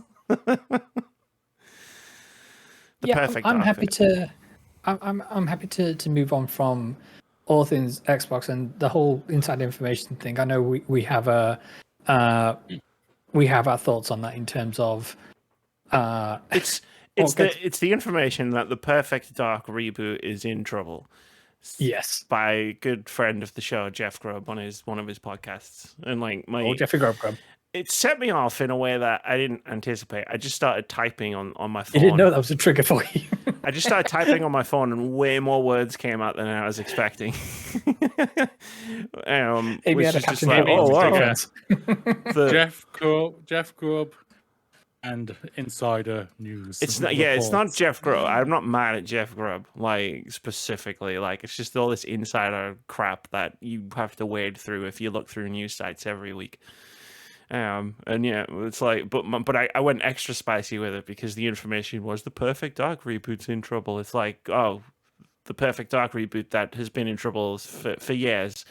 That was widely reported on, including on this podcast, to the point where Microsoft basically didn't have entire departments of the studio staffed, which again, we talked about on the podcast. And then they brought in Crystal Dynamics, who were then acquired by a company that's slowly falling to pieces in real time that we've been covering on the podcast, who went through their own round of layoffs.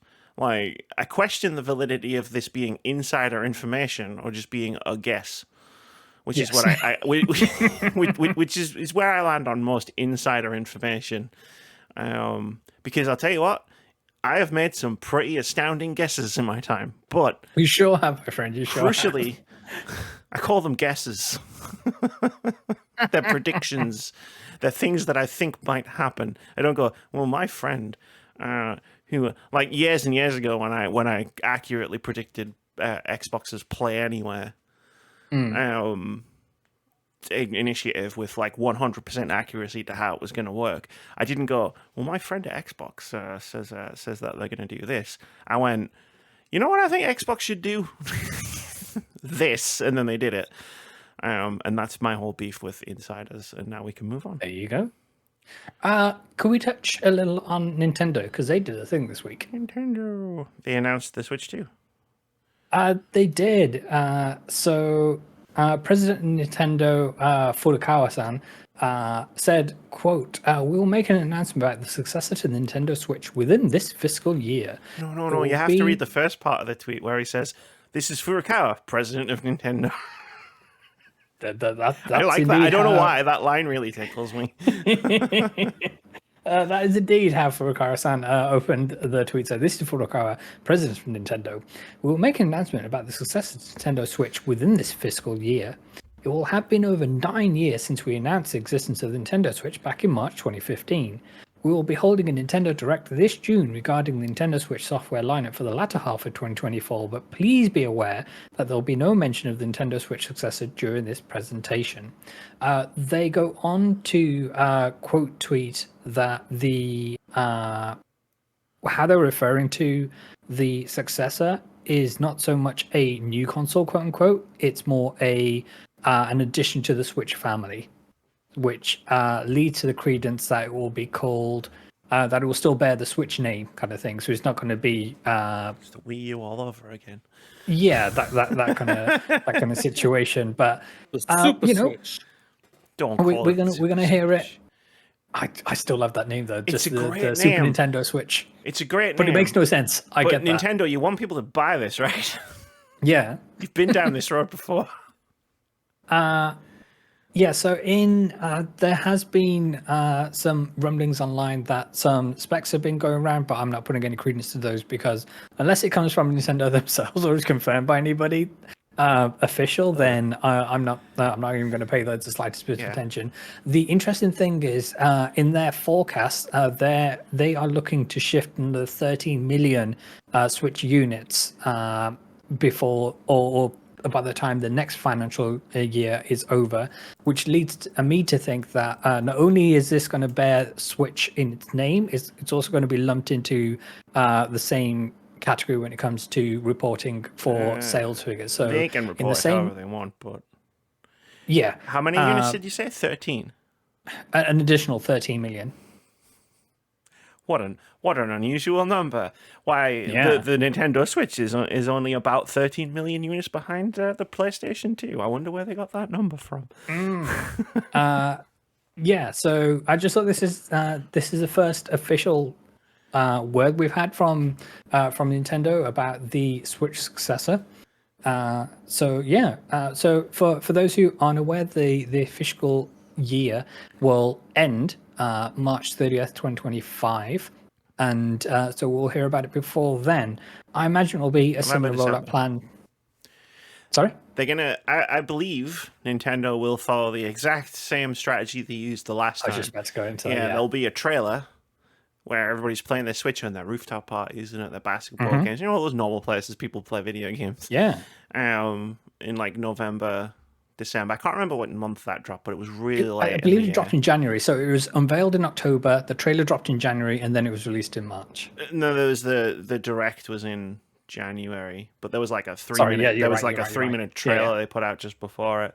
They'll follow that exactly. And before we dive into this and talk about it and stuff, I was there when the Nintendo, like here in this park doing podcasts and stuff, when the Nintendo Switch was the Nintendo NX, and it was announced by Iwata casually mentioning it in an interview. Like, there's going to be a lot of information that's going to be flying around about how the Switch works, what it is, like what its controllers look like. I still have the trauma from having to go through all of that the first time. So, like, can we please just chill? Yeah. Just a little bit. No, the internet's going to do its thing. That's fine. I'm talking to the reasonable-minded among us. That just can we not just take every single piece of information that we get about the Nintendo Switch 2 with just a grain of salt? That's all I'm asking. No. Please. No. I remember the prototypes, that it was going to be a controller, and it was going to be a screen, and the buttons were going to be touch buttons, and it was this weird fucking oval shape, and everyone was like, oh my god, I can't believe Nintendo are doing this, and we were on this podcast going, yeah, me neither, because they're not, obviously. That's the worst thing I've ever seen in my entire life. Continue. But yeah. I'm excited for this. Whether I'm going to jump in day one, obviously, I say obviously. For me, it's software that sells systems. If it's got a banging a launch day lineup, then I'll be there day one kind of thing. If not, then the amount of play that my Switch has got this year, which has been zero kind of thing, obviously, Tears of the Kingdom was a Showtime. I sadly did not. But it's one of these where obviously Tears of the Kingdom got a lot of playtime out of me last year kind of thing. But if we get something that appeals to me in that kind of ballpark, then for sure I'll be there day one. But I don't think there's any immediate need for me to not that this is the thing right now where people can pre-order systems and things like that, but yeah, until we find more concrete news, then this is just something's coming. Please be excited. I can tell if you're going to buy it day one. I can ask you 2 questions. Do you like Pokemon? No. Do you like Mario? I do. Oh, Mario Kart? Yes. Mario, no. Then you're not going to be buying this day one. That's all right. Then. That's my prediction. Not insider information. Prediction. Because they were going to release a new Pokemon game day one with this console, and I'm a fucking schmuck for that. The Pokemon game will also release on the existing Switch as well, right? And, but it'll run, but it'll actually run on the new system as well. Well, I wouldn't put it past that Game Freak to make it run on this new system. It's not going to run on the Switch. I played the previous Pokemon game earlier this year. Yeah, but it doesn't matter. It's still sold like hotcakes. That's the only metric they care about. But what I'm saying is Moody is going to buy the new Switch for the new Pokemon, regardless of whether it's on the old Switch or not, because he wants to be able to play the game. Right. I'm trading this bad boy in when I get the new one. I'm gonna be like, yes, please, thank you, bye. I feel like trading it in. Normally, what I do is I like upcycle my old consoles. I give them to people who want them. That's what I've done with like my previous consoles. But I honestly feel like the amount of bother I've had with this stupid console and like some of the amazing games that I've played but have been terrible experiences like Pokemon Violet, I feel like I'm going to throw this one down a well and then set the well on fire. That's impressive. Just for catharsis more than anything else. Like, you guys weren't there, man. I played that Pokemon game for 35 hours. I experienced physical symptoms I never experienced while playing a game. I may not have completed that game, but I did play it as well. I was there before you. You were smart. You didn't play it as long as... I don't remember. I never completed it. Yeah, that's it. I never completed it. Yeah, but it didn't make your brain go wobbly like Amy's did. Yeah, it's the only Pokemon game I never completed. And then you play it on the new So- one, and it might run well. Yeah, hopefully that's the plan maybe. But no, yeah, like they've done it like this because it's just like everyone knows. Everyone knows we've got another one coming next year. We know it. Everyone knows that it's the worst kept secret. Just like Fable was for Xbox a few years ago. It's like the worst fucking kept secret. Oh, that zombie game everybody was talking about, that was Days Gone. Yeah, So yeah. years we were basically. talking about that game, and it was like, ooh, Yeah, we where don't is know. it? Where is it? PlayStation are like, we'll never tell you what they're working on. It's like, it's the zombie game with the motorbikes. Just fucking tell us already.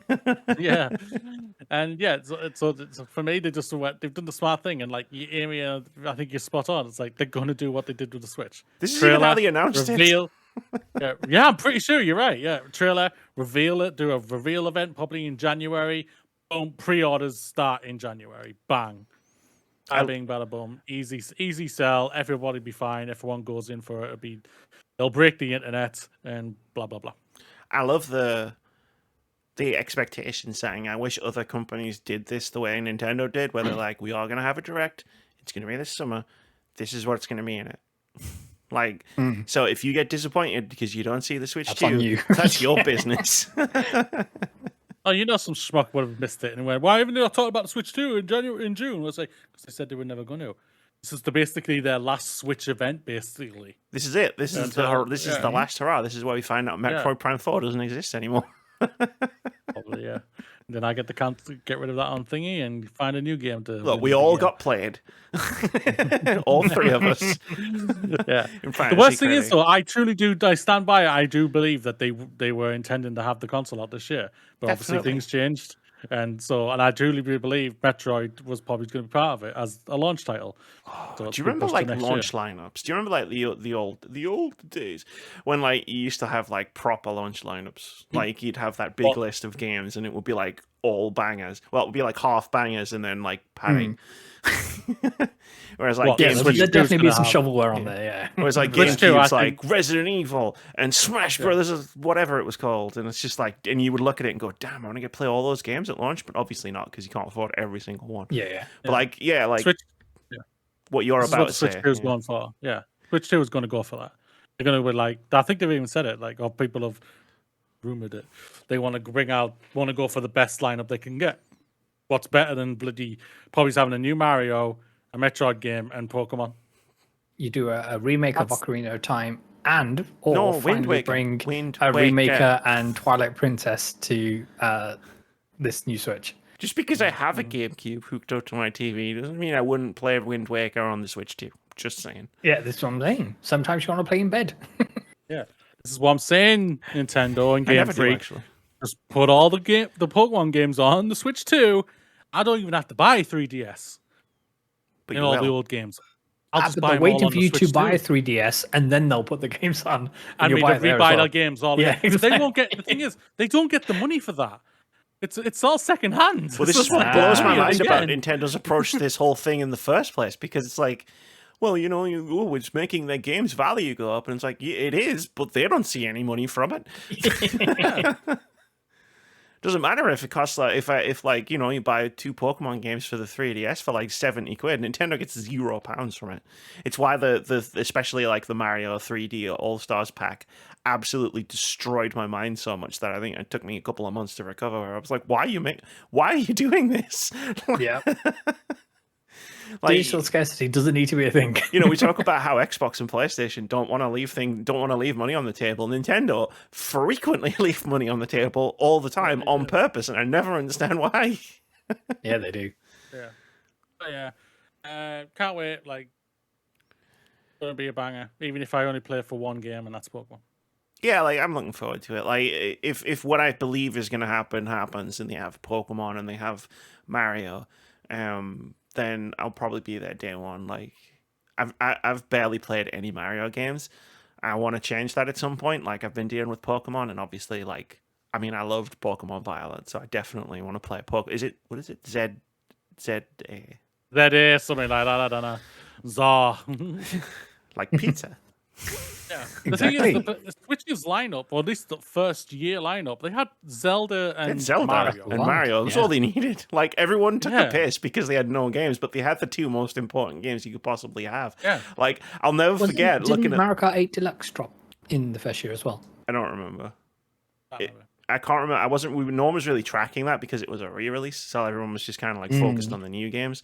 But like, I do remember sitting on the podcast with Keith, just having the time. It was the first year, 28th of April. Having the time of we were having the time of our lives, being like, the fucking Zelda game for Switch, specifically for Switch, sold more copies than Switch units in the first at launch, and we were just like, people are crazy, man. Like, people were buying Zelda, not buying the Switch. And they'll They do were that hard to again. get a hold of. It was think about it, awesome. It yeah. was so great. Ironically, that's what's the one that's worth more money in now is the Wii U version. And now they'll have Pokemon, Mario, and Metroid Prime all outselling the Switch too. Yeah, I'll tell you what, if because you of want what this it- console, you need to fucking jump in as soon as the pre-order. Yeah, Oh my Basically, God. I'm probably going to be watching it, and I'm going to be like, I'm gonna. okay, and go refresh. Oh yeah, it's gonna be like when I got my PS5, when I pre-ordered my PS5, and it was like I added some bundle. It was like, oh, it's coming up with some bundle. Don't care. Add a basket. Add the basket. Add the Just basket. go for it, yeah. And then I got like an extra controller, and it was just like, oh, I'll sell that. It's like I don't know what I'm getting. I just need the console. I'll figure the rest out later. But that extra controller could have come handy with that battery life of the dual. I mean, I've been through like a good 2 or 3. I think like 3 controllers at this point. Like not counting the one that I bought, because I bought like the red one, and then they released the purple one, and then I was like, you dickheads! Why would you do this to me? Bitches. You blew it up. I do want to just say that I do want to say the thing I always have to say when this conversation takes this turn, which is the Wii U was a banging console with an unbelievably good lineup of games. But I understand why none of you bought They wouldn't it. have brought them all over to the Switch if they weren't absolute bangers to begin with. There were so many good games on that console. The banger ratio on the Wii U was unreal, and like only like 7 people owned it. Yeah, considering they sold what 13 million. I was having the time of my life on that console. Yeah. Hell yes. Speaking of Would you hell, like to go next? Yes. should we dive into our next story? See what you did there. Smooth like segue in the house once more. Let's- So this is a article that we're bringing up from the wonderful folks over at GameSpot. So PlayStation cancels Helldivers 2 mandatory PSN signing requirements following player uproar. This whole story happened between podcasts. It did. I love it when that happens. So to read from the article, the opening paragraph, last week saw a new policy change for Helldivers 2 on PC. PSN account became a manual requirement to sign into the game. This announcement didn't go over well with the Helldivers 2 player base, and after the game was bombarded with thousands of negative reviews, Sony announced that it had reversed its course on this decision. Just like to go back on that opening paragraph, I think it's when Steam started refunding people, the second they threatened the money, that's when Sony stepped in. It wasn't to do anything with that. They don't give a crap about Arrowhead or negative reviews or anything like that. I think, again, I've said this before about bad news. In fact, I said it earlier about that YouTube channel I referenced. It's like the fact that there was a weekend in between this. So, like obviously, like, no one's at work at PlayStation. So you've got this entire weekend where it's just festering and getting worse and worse and worse. I think that played into it as well. So for those who weren't aware, so the notion that you have to link a Steam account with a PSN account may seem that not a big deal on the surface of it. However, PlayStation Network isn't available in a number of countries, 177 countries as it turns out. So Steam delisted Helldivers 2 for sale because if it's not supported in all the markets that they is applicable, then it makes sense for them to delist the game. And of course, this threatens Sony's bottom line. And that's when Sony woke up and said, "Wait, what? You're doing what now? To who now?" Where's all our money so, gone? Yeah. So it was one of those where they were rolling this back, and it was one of these changes that they originally had planned for launch but couldn't get to work properly. And it's what we spoke about earlier about trying to add something after people have had the experience of not being able to, or not having that hoop to jump through. The genie's out of the bottle at that stage, and it's one of these things. That you either bring it in at launch and you say, "Okay, these are the reason why we're doing it," or you bring a bit of sugar to go with the medicine to say, "Okay, we're bringing cross progression and cross saves and all the rest of it. However, in order to make that work, you need to link your PSN accounts." No one, like, I get where you're coming from with the cross progression, cross save, cross player. Like, cross player, yes, that's a big thing, but like cross saves and cross progression, like, no one on PC gives a shit about cross saving with their PlayStation. I fully accept that. Yeah, it's just whatever they needed to butter this message up with, in terms of, okay, we want to drive PSN numbers up, and one way we can do that is to make you tie your Steam account to it, because the game is doing infinitely better on Steam than it is on PlayStation at the moment. I saw all the waffle about, like, it's like, well, we're doing it because of safety and security, or whatever the fucking bollocks they said. It was like, no, you want your PSN numbers to go higher. Yeah, like, I know what I know how this game's played, not Helldivers. We've heard this song before. I've heard this song before. Like, if you look in a situation like this, if you can't turn the thing on at launch, you're not going to be able to turn it on 2 months later, or 3 months later, or whatever. It's done. It's done. The ship has sailed. As you just said, Vince, the genie's out of the bottle. Like, this was always going to happen. And like, but the part where it's like, I celebrate this not for the people who went completely fucking bananas, over the top, whatever, like, because, like, you know what, you have to do this. I had to do this when I installed Mass Effect Legendary Edition on my PC from the EA Xbox wants that store. account detail. Yeah, like, it opens up EA Play, so it's like, oh, I gotta do this. Like, it's an annoyance, but it's one that I just live with, because, like, otherwise I don't play the game. But I celebrate this because, obviously, like you said, the PSN is not available in 177 countries, and they've sold this game to people who are in those countries, and now they can't play this game if they have to sign into PSN. Like, so I'm kind of mixed on their U-turn, where it's like, it was obviously going to happen because of the backlash and because of the money, but it's a good thing for the people in the countries where they couldn't play it. But man, like, the way a certain group of people were going on about this, it's like, you never want to hand them wins. Yes, 100%. And it feels like a win to them because they were the squeaky wheel that screamed the loudest. And it's one of these things of, yes, we've won, and all the rest of it. And it's a win against the man and all sorts of it's one of these where okay, obviously it's to your point, like, it's a win for these people who are able to play this game without having to jump through the hoops. And it's kind of like, what was the communication on Sony's side of the bean counter at the top saying, okay, we want PSN numbers to go up, and then someone must have had the idea of, okay, well, we don't facilitate PSN in all these different countries. So, and then someone else would have said, oh, it's okay, they'll just go and fake PSN accounts in countries where we do operate. And then the people who look after PSN was like, no, you can't do that. That's breaking terms of service. They'll get banned. They'll all get banned. Yeah. Yeah. It's wild. But I mean, good for them. Hopefully, some cretins decided that review bombing was the answer. And friends, that's never the answer, because all the people who did review bomb them, and I know there's a movement to say, oh, go back and fix your reviews. That's not going to be 100% conversion rate of everybody who goes and does that. And the damage has already been done, kind of thing. So when you review bomb a game, that hurts discoverability and all different kinds of metrics that Steam runs on in order to float your game in front of more people. And it's one of these where the I know you'll think you're doing a noble thing, but you aren't at the end of the day. And if this came from all the voices at Arrowhead to say, okay, this is a Sony-led decision and we want you to do X, Y, and Z, then there might be some merit to that. But even so, you still have a duty to think, okay, but do I really want to go through that hassle of doing that, and then, oh, when Sony inevitably caves, then have to go back and fix all that, and the damage is already done. And it's one of these things where it's another sad situation all around. Like, apparently, Hellblade 2 community managers claimed that they've been fired after encouraging negative Steam reviews in response to Sony's new thing that they were trying to do and whatnot. So it's like, true. Yeah, I looked into this because I saw you put the link in I saw you put the link in the thing like right before, less than an hour before we were recording. Thanks for that.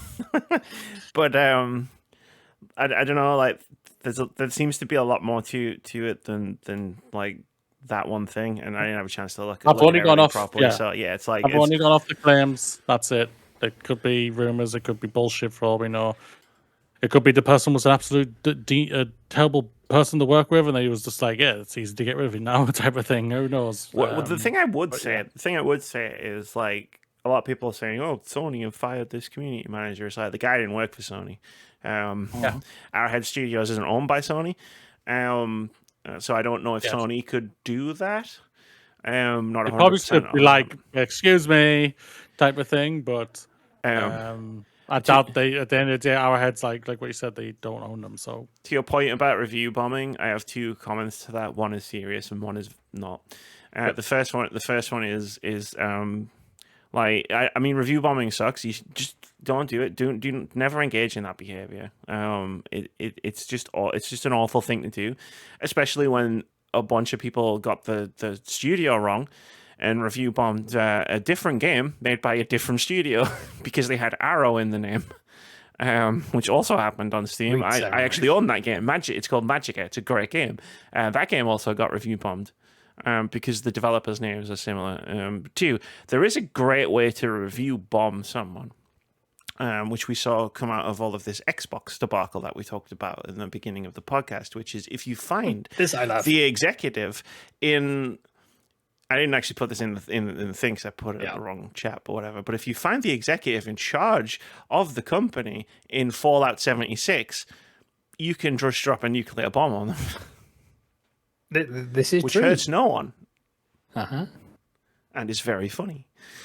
That'll serve you for being a gamer. just to be more explicit about this, yes. Apparently, apparently someone found Phil Spencer in Fallout 76, and nuked him.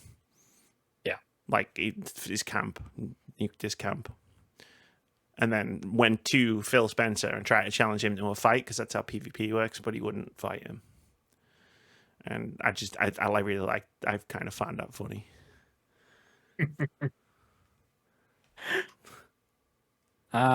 Yeah, it's a literal review bomb. Oh, yeah, that was really funny. I won't lie. A bomb that is a review, like everything. Do you think Phil was just wandering around like doing his thing? He was like, "Oh man, I really need some wood for my for the next wing of my giant in-game mansion." And he's like, "What's that noise?" And then he just looks up. There's a nuke coming towards him. My yacht, no, my mansion. That's it. So it might feel like that was a short second half of the podcast, and that's because it was a short second half of the podcast. But we've got a couple of games we want to check in with. Yes. And mine will be quick because I feel like I've been doing this like review in progress style for the last couple of weeks. So like if you want to know like my full thoughts on Dragon's Dogma 2 so far, please check the previous 2 episodes. But yeah, I stopped playing it very shortly after last week's podcast for the reasons that I talked about in last week's podcast about enemy density, about getting frustrated and tired of trying to explore the world when enemies were harassing me every 10 steps. I'm not alone, as it turns out. I did look this up and see what people were talking about, and a lot of people have said the same thing. So I know it's not just a me problem.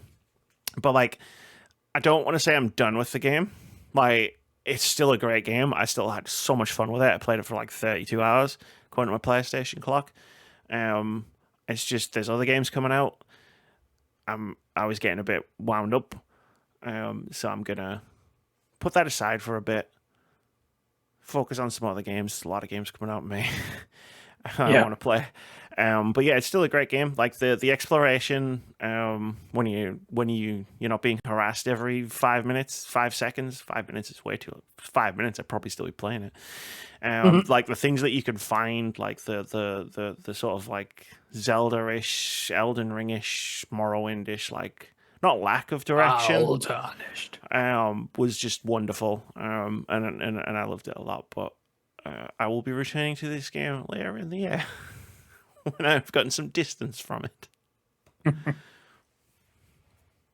There's another note on here, and I'm guessing Moody wrote it. Yes, that's me. Yeah, playing old games. I've been playing old games. Been obviously, like I've talked about, like playing Final Fantasy 9 and everything. Just going back to that well. I saw what you were playing today. I think it was today. I haven't played anything today. Okay, well, it must have been a different day. My apologies. Okay. But no, yeah. Well, it's just like going back. It's like coming back and just like getting a big, nice, warm hug, playing your favorite game and one of your favorite games and whatnot.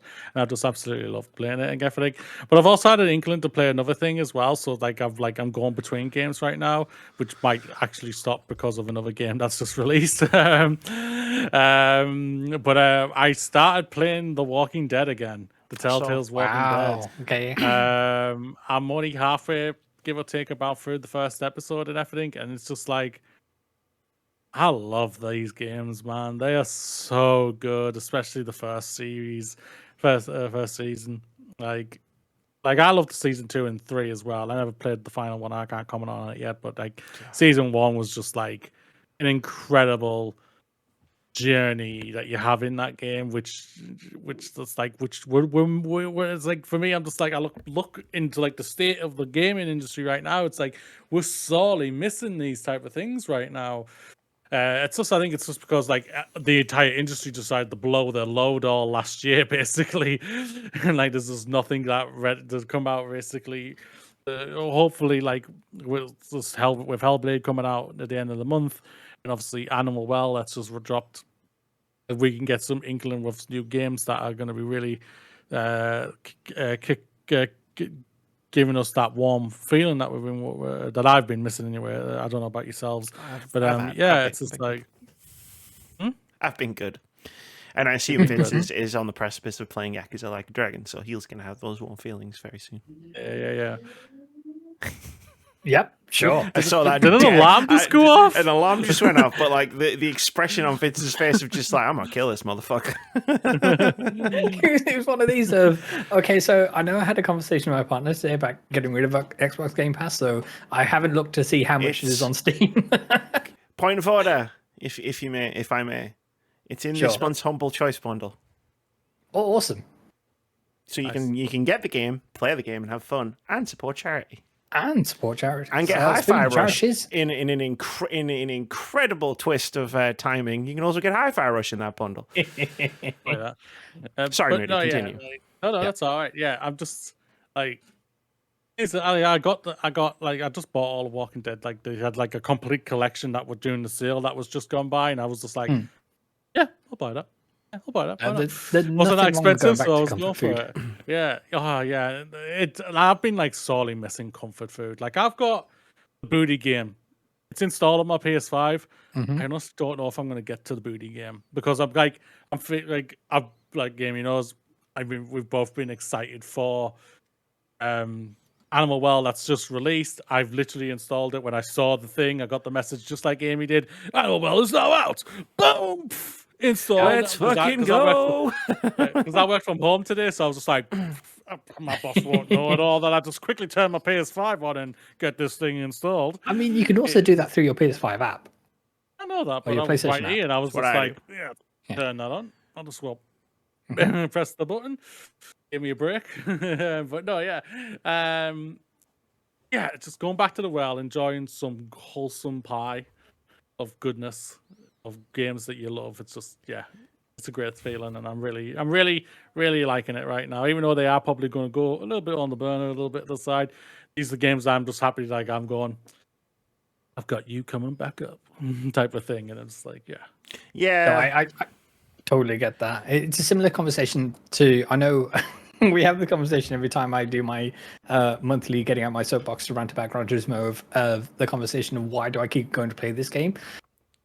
The momentum of the gameplay is inherently comforting to me in terms of it's what I'm looking for out of, and this is just with respect to the physics and how beautiful the visuals are and what it does there in terms of for Gran Turismo. And I did some posts on Bluesky and in other places about what a roguelike mode could look like for Gran Turismo, and it was just some initial thoughts. And I just think, why isn't this a thing yet?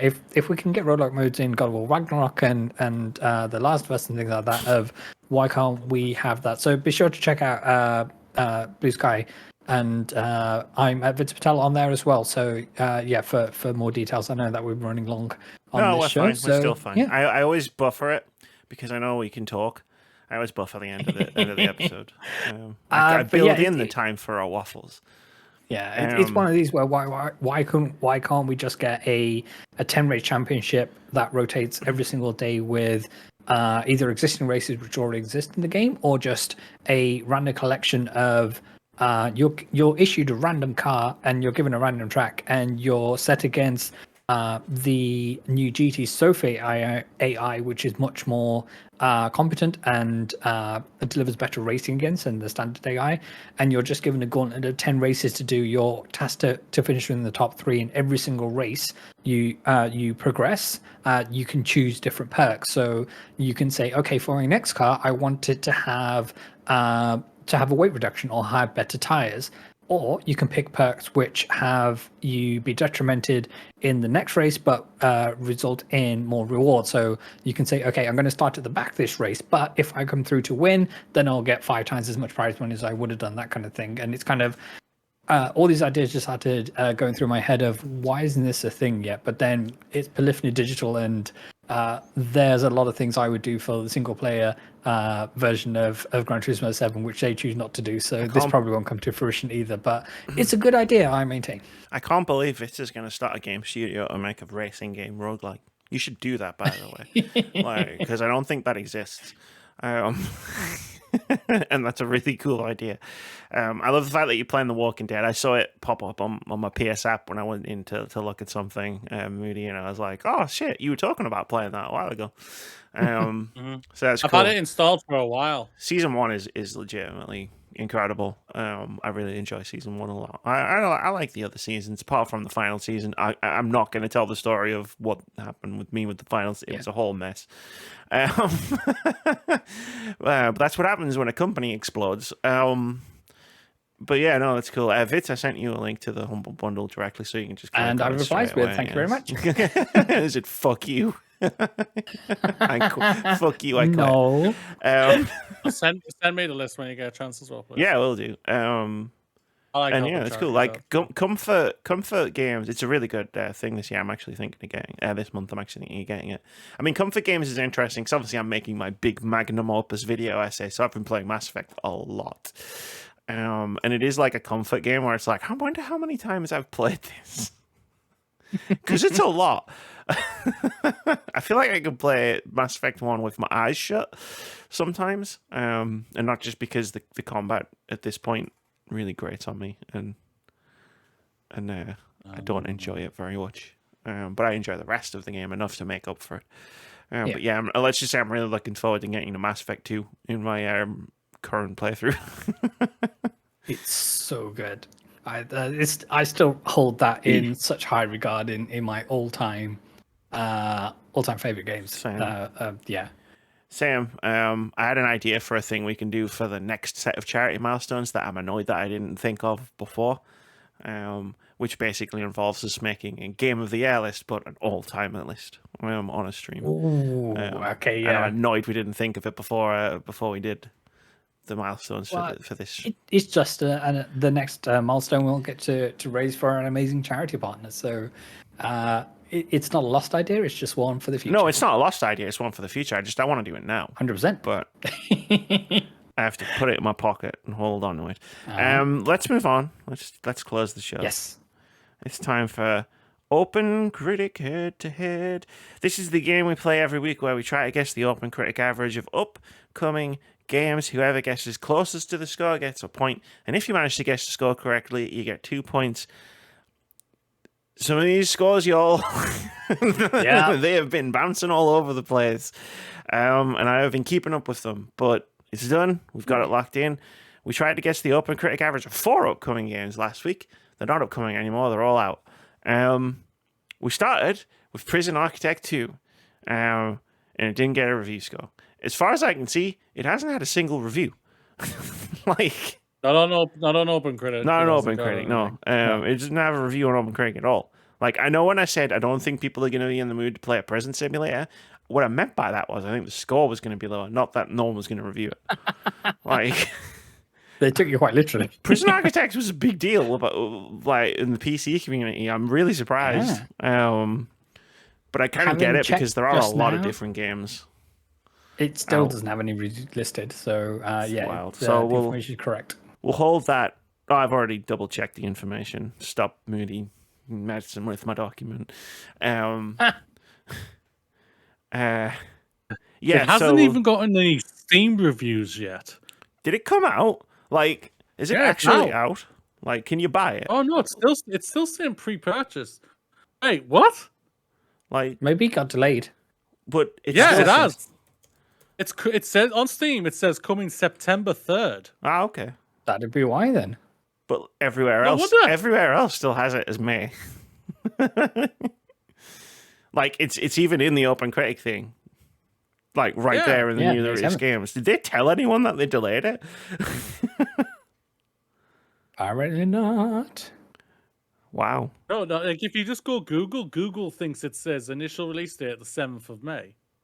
Well, I mean, Google's not I know very good. Google's out, yeah. Bing it. See what Bing I've says. just gone in. Initial release was 26th of March 2014. The developers announced the delay to the 7th of May 2014 in order to fix more bugs and further optimize the game for all popular. It was then further delayed to September 3rd as the team encountered new technical challenges. I don't know when they announced it that it was delayed, but yeah, it's been delayed. Release date delayed again, less than a month from launch. So that was 3 weeks ago from Eurogamer. So they were delayed it 3 weeks ago. Oh, my brain! I just binged it, and it says it came out on March 26th. No. And then the link on the right-hand side where the Wikipedia page goes to the first game. Guys, all right then. Well, stop using AI for your search engine. It doesn't work. Yes, that too. Thankfully, there were 3 games that did come out today. Good God. Do we just want to keep this or just delete it altogether? It's too far. Like, if it was going to be like a couple of weeks, like, I just can't keep it hanging around if we were just waiting for reviews. But it's like, what, 5 months? Right. 3 months. I'll delete it before I end up, like, accidentally before then. Yeah. But we did have 3 games successfully get OpenCritic and reviews, and indeed come out. I'm not going to try and Bing/Google any of the release dates because my brain already hurts from doing that just now for Prison Architect. The first one we tried to get the OpenCritic average of was Animal Well, the game that me and Moody would never shut up about. It's out today. It's installed on my PlayStation. Moody guessed it would get an 88. Vitz guessed it would get an 85. Amy guessed it would get a 90. At 1 point today, all 3 of us had 2 points. All 3 of us had 1 point. And now it's got an OpenCritic average of 89, which means nobody gets any points. No points for anyone. It was everyone. It was everyone's at 1 point. I know. I've seen. I saw it was at 88 one time, and I was like, "Yes!" It was at 88. It was at 90. It was at 85. It was at 86. It was like, I'm trying to keep up, man. The draw score is pulling ahead. Draw score is now ahead of Vitz. It's like you hit 85 and it just went, "Wait, Vitz only chose 2 pointers. We got to change this, guys."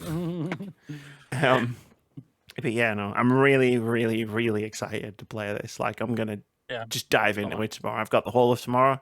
I'm doing nothing.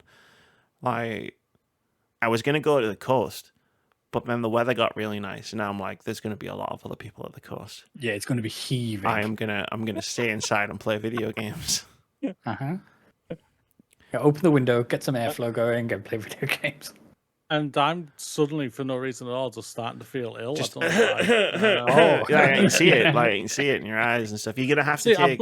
I'm suddenly going whiter than I already am. So it's you're gonna have to at least take tomorrow off. And I know this podcast is gonna come out like way after the workday is over, but I still say this counts as proof. Like, you look very ill. Like, you look very ill. Thank you.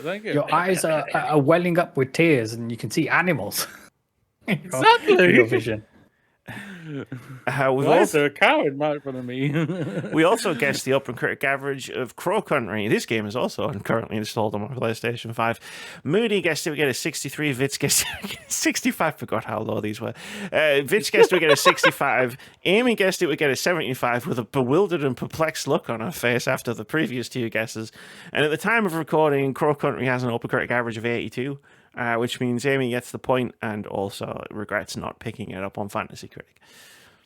Because I thought about it. I saw someone describe the game like last week as Final Fantasy VII meets Silent Hill, and I was like, well, fucking shit, I'm buying this game, installing it, like everything. I was like, oh my god, that sounds incredible. Oh, I know we don't go off like these or anything like that, but The Guardian gave it a 5 out of 5. Yeah, I saw. There's a few Fucking like hell. top scores in there. Like this game's supposed to be really fucking good. It sounds like an Amy game for sure. But like yeah, when you again last week when you two guessed first and you're like 63 and 65, I was just like, okay, I guess no one wants any points out of this. That was why I was debating in myself about like, do I just go really low and no, I'll try and guess because try and guess closer to the score. But yeah. You know. It's cool. I'm really looking forward to playing this, but if it just hadn't come out on the same day as Animal, well, like Cryptmaster also came out a day, which I also really want to play, but it came out on the same day as two other games that I want to play a bit more, and it's like, guys, why did you do this? Why? Guys, gals, NPs, why? Why? But yeah, no, big ups to both of those games. Great scores. The games look sick. Can't wait to play them. And lastly, we tried to guess the OpenCritic average of Little Kitty Big City. Moody, you guessed it would get a 70. Vitz, you guessed it would get a 75. Amy, you guessed it would get a 79. At the time of recording, Little Kitty Big City just dropped right at the last minute and is on a 78. Which means Amy gets 1 point. Oof. Not 2. I had 2 until like right before the podcast started. Yeah. You hate to see it.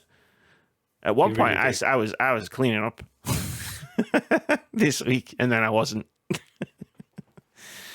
But yeah, that's it. The current scores stand at Amy 14, Moody 19, Vitz 4 with 5 draws. Dang it, draws. Draws is third. It's going well over there, Vitz. Yep, sure is. Let's see how many points we can get draws. This week we've got 3 games to guess the OpenCritic average of. The first one is coming out on Monday.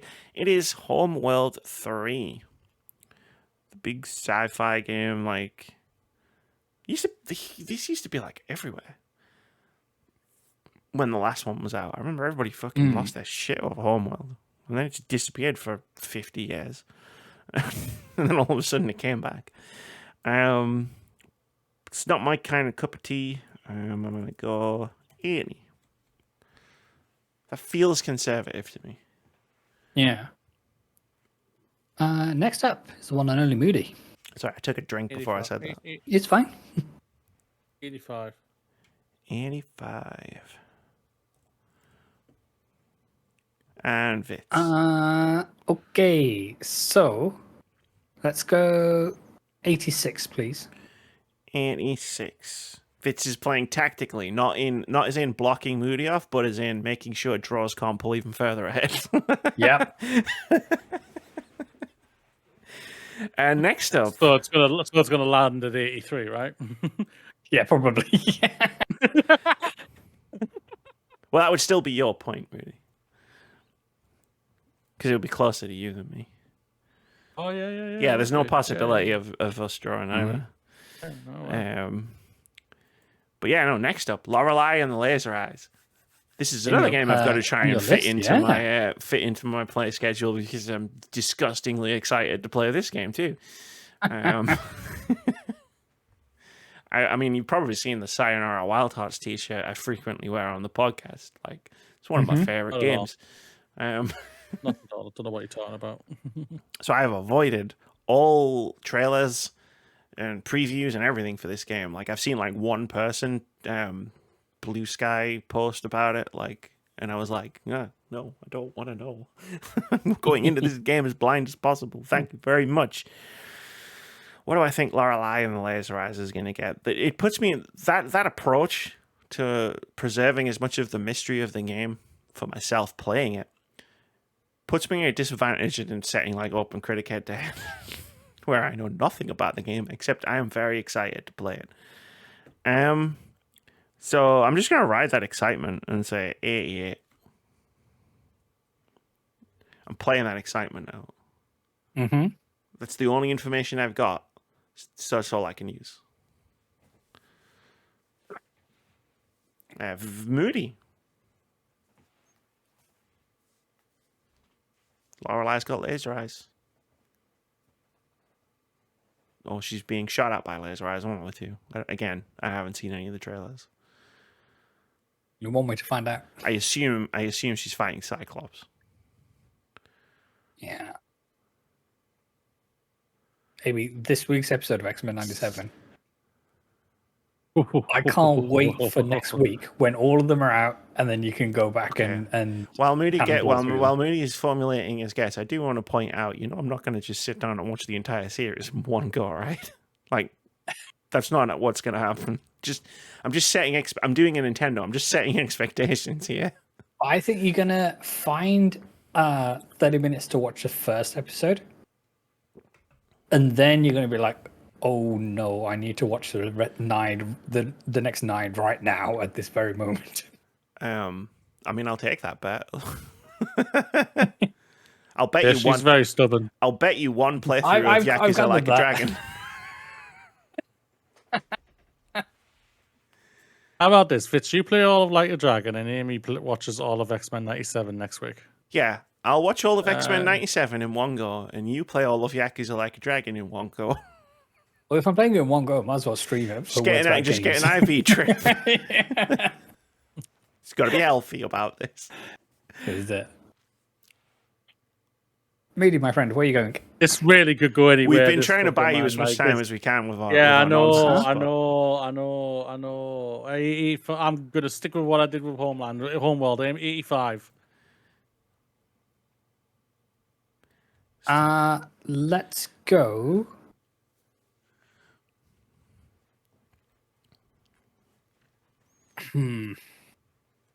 Because I think this game has the juice. How much juice does it have? That's the question. Yeah, that's the question. It is. Like, if you go Neo White Juice, then you're looking at 88, the 90s. If it's freaking Open Road Juice, then you're looking low 70s. Then you're looking at ruining your entire Fantasy Critic season. Yeah, because I see you got this one. Can I go for an 89, please? Oh! I knew I should have said 90. He's going Neon White Juice. What a fucking game that was. Lastly, You're going Cocoon Juice. Hey. You know what? I can see it. It's Annapurna. Don't deny that. But they also could be like, Don't go anywhere. But I love that they go with just so many different type of games. That's what's so great about them. Lastly, we're gonna guess the OpenCritic average of Paladins, what the heck is Paladins? Which I recognize from some showcase or another, but this feeds into the problem I've been talking about for the last few months of I've had so many trailers flashed in front of my eyes in such quick succession that all I can do is go, I'm sure I've seen this somewhere before. Oh, this looks super cute. It does look nice. Embark on a whimsical journey and bring joy to the bright fantasy world in this role-playing adventure for 1 to 4 players. Craft your own story and solve quests how you like, but beware. For every time you fail, the dragon will send you back in time. What were you about to confirm? Confirm that? I can reveal I have played this game. Ah, okay, cool. I've known about this for a while. When I saw it, I was like, oh, it's that. Again, I definitely recognize it. Yeah. Which is a good sign. It must have been a good trailer. But I am going to guess A. I'm just going to go with the A. Seems like a solid point to stick in. Mm-hmm. The middle ground, if you will. The coward's way out, if you will. Never. 82. I was going to ask Moody, can you make it so that there could be a draw? So we need to pump those numbers. I could go up. 81 now. We need to pump those numbers. You could. I'm not letting draws get ahead. You already are. I mean, it wouldn't help. Unless the game specifically got 81. That's what I'm saying. Damn Okay, you 81. draws. Oh my god. 81 locked it in. Locked it in. This game gets 81, man. Please get 81. Game critics, I know I've done this before to try and win at Fantasy Critic out there. Like, get together, get yourselves in a little Slack channel, figure out all the metrics and all the maths, give this game an 81 on OpenCritic. Because that would be Thank you. incredible. Not for your points, I just think that would be really funny. Yeah. That's it. That's That's do it, it. everybody. I'm going to watch one of my brand new DVDs. I hope everybody else has got some cool plans. Vitz is going to install Yakuza Like a Dragon. Moody's going to play I have it Walking installed Dead. already. Yeah, but on an Xbox. Account. You don't have an Xbox. It's just, I it's have just- it- I it have it was through- like, I'm going to contemplate buying it on just on PlayStation instead because it's obviously it's a superior console and Xbox just don't like people in general, so let's just be on PlayStation. It's not on sale on PlayStation. It's much harder to sell. All right. No, but we're going to look into the humble bundle deal. So You said that to me, yeah. didn't you, Amy? I'll send it in a minute. I sent it to Vitz privately because otherwise I was going to send it to the chat that's currently running on the screen right now. Yeah. But they won't see it. I don't know if it minimizes. I don't know. It- I didn't it- want to. Look right. This podcast is held together by chewing gum, sellotape, and good intentions. I'm not touching anything till we're done. That's fair. That's fair. I get that. Moody, would you like to close the podcast out with some fun, kind words of something? I'll try something, that's for sure. I thought. What up, everybody? Everybody in the games industry that has absolutely been kicked to the curb this week. You are special. You deserve the absolute best. You are truly good enough. So right now, you may not be doing great, but you will land on your feet because we are behind you all the bloody way. We believe in you. Live long and prosper. High five the sky. And as always, fuck the Tories. There's one thing I can rely on from the ending. It's fuck the Tories. See you later, everybody. We out.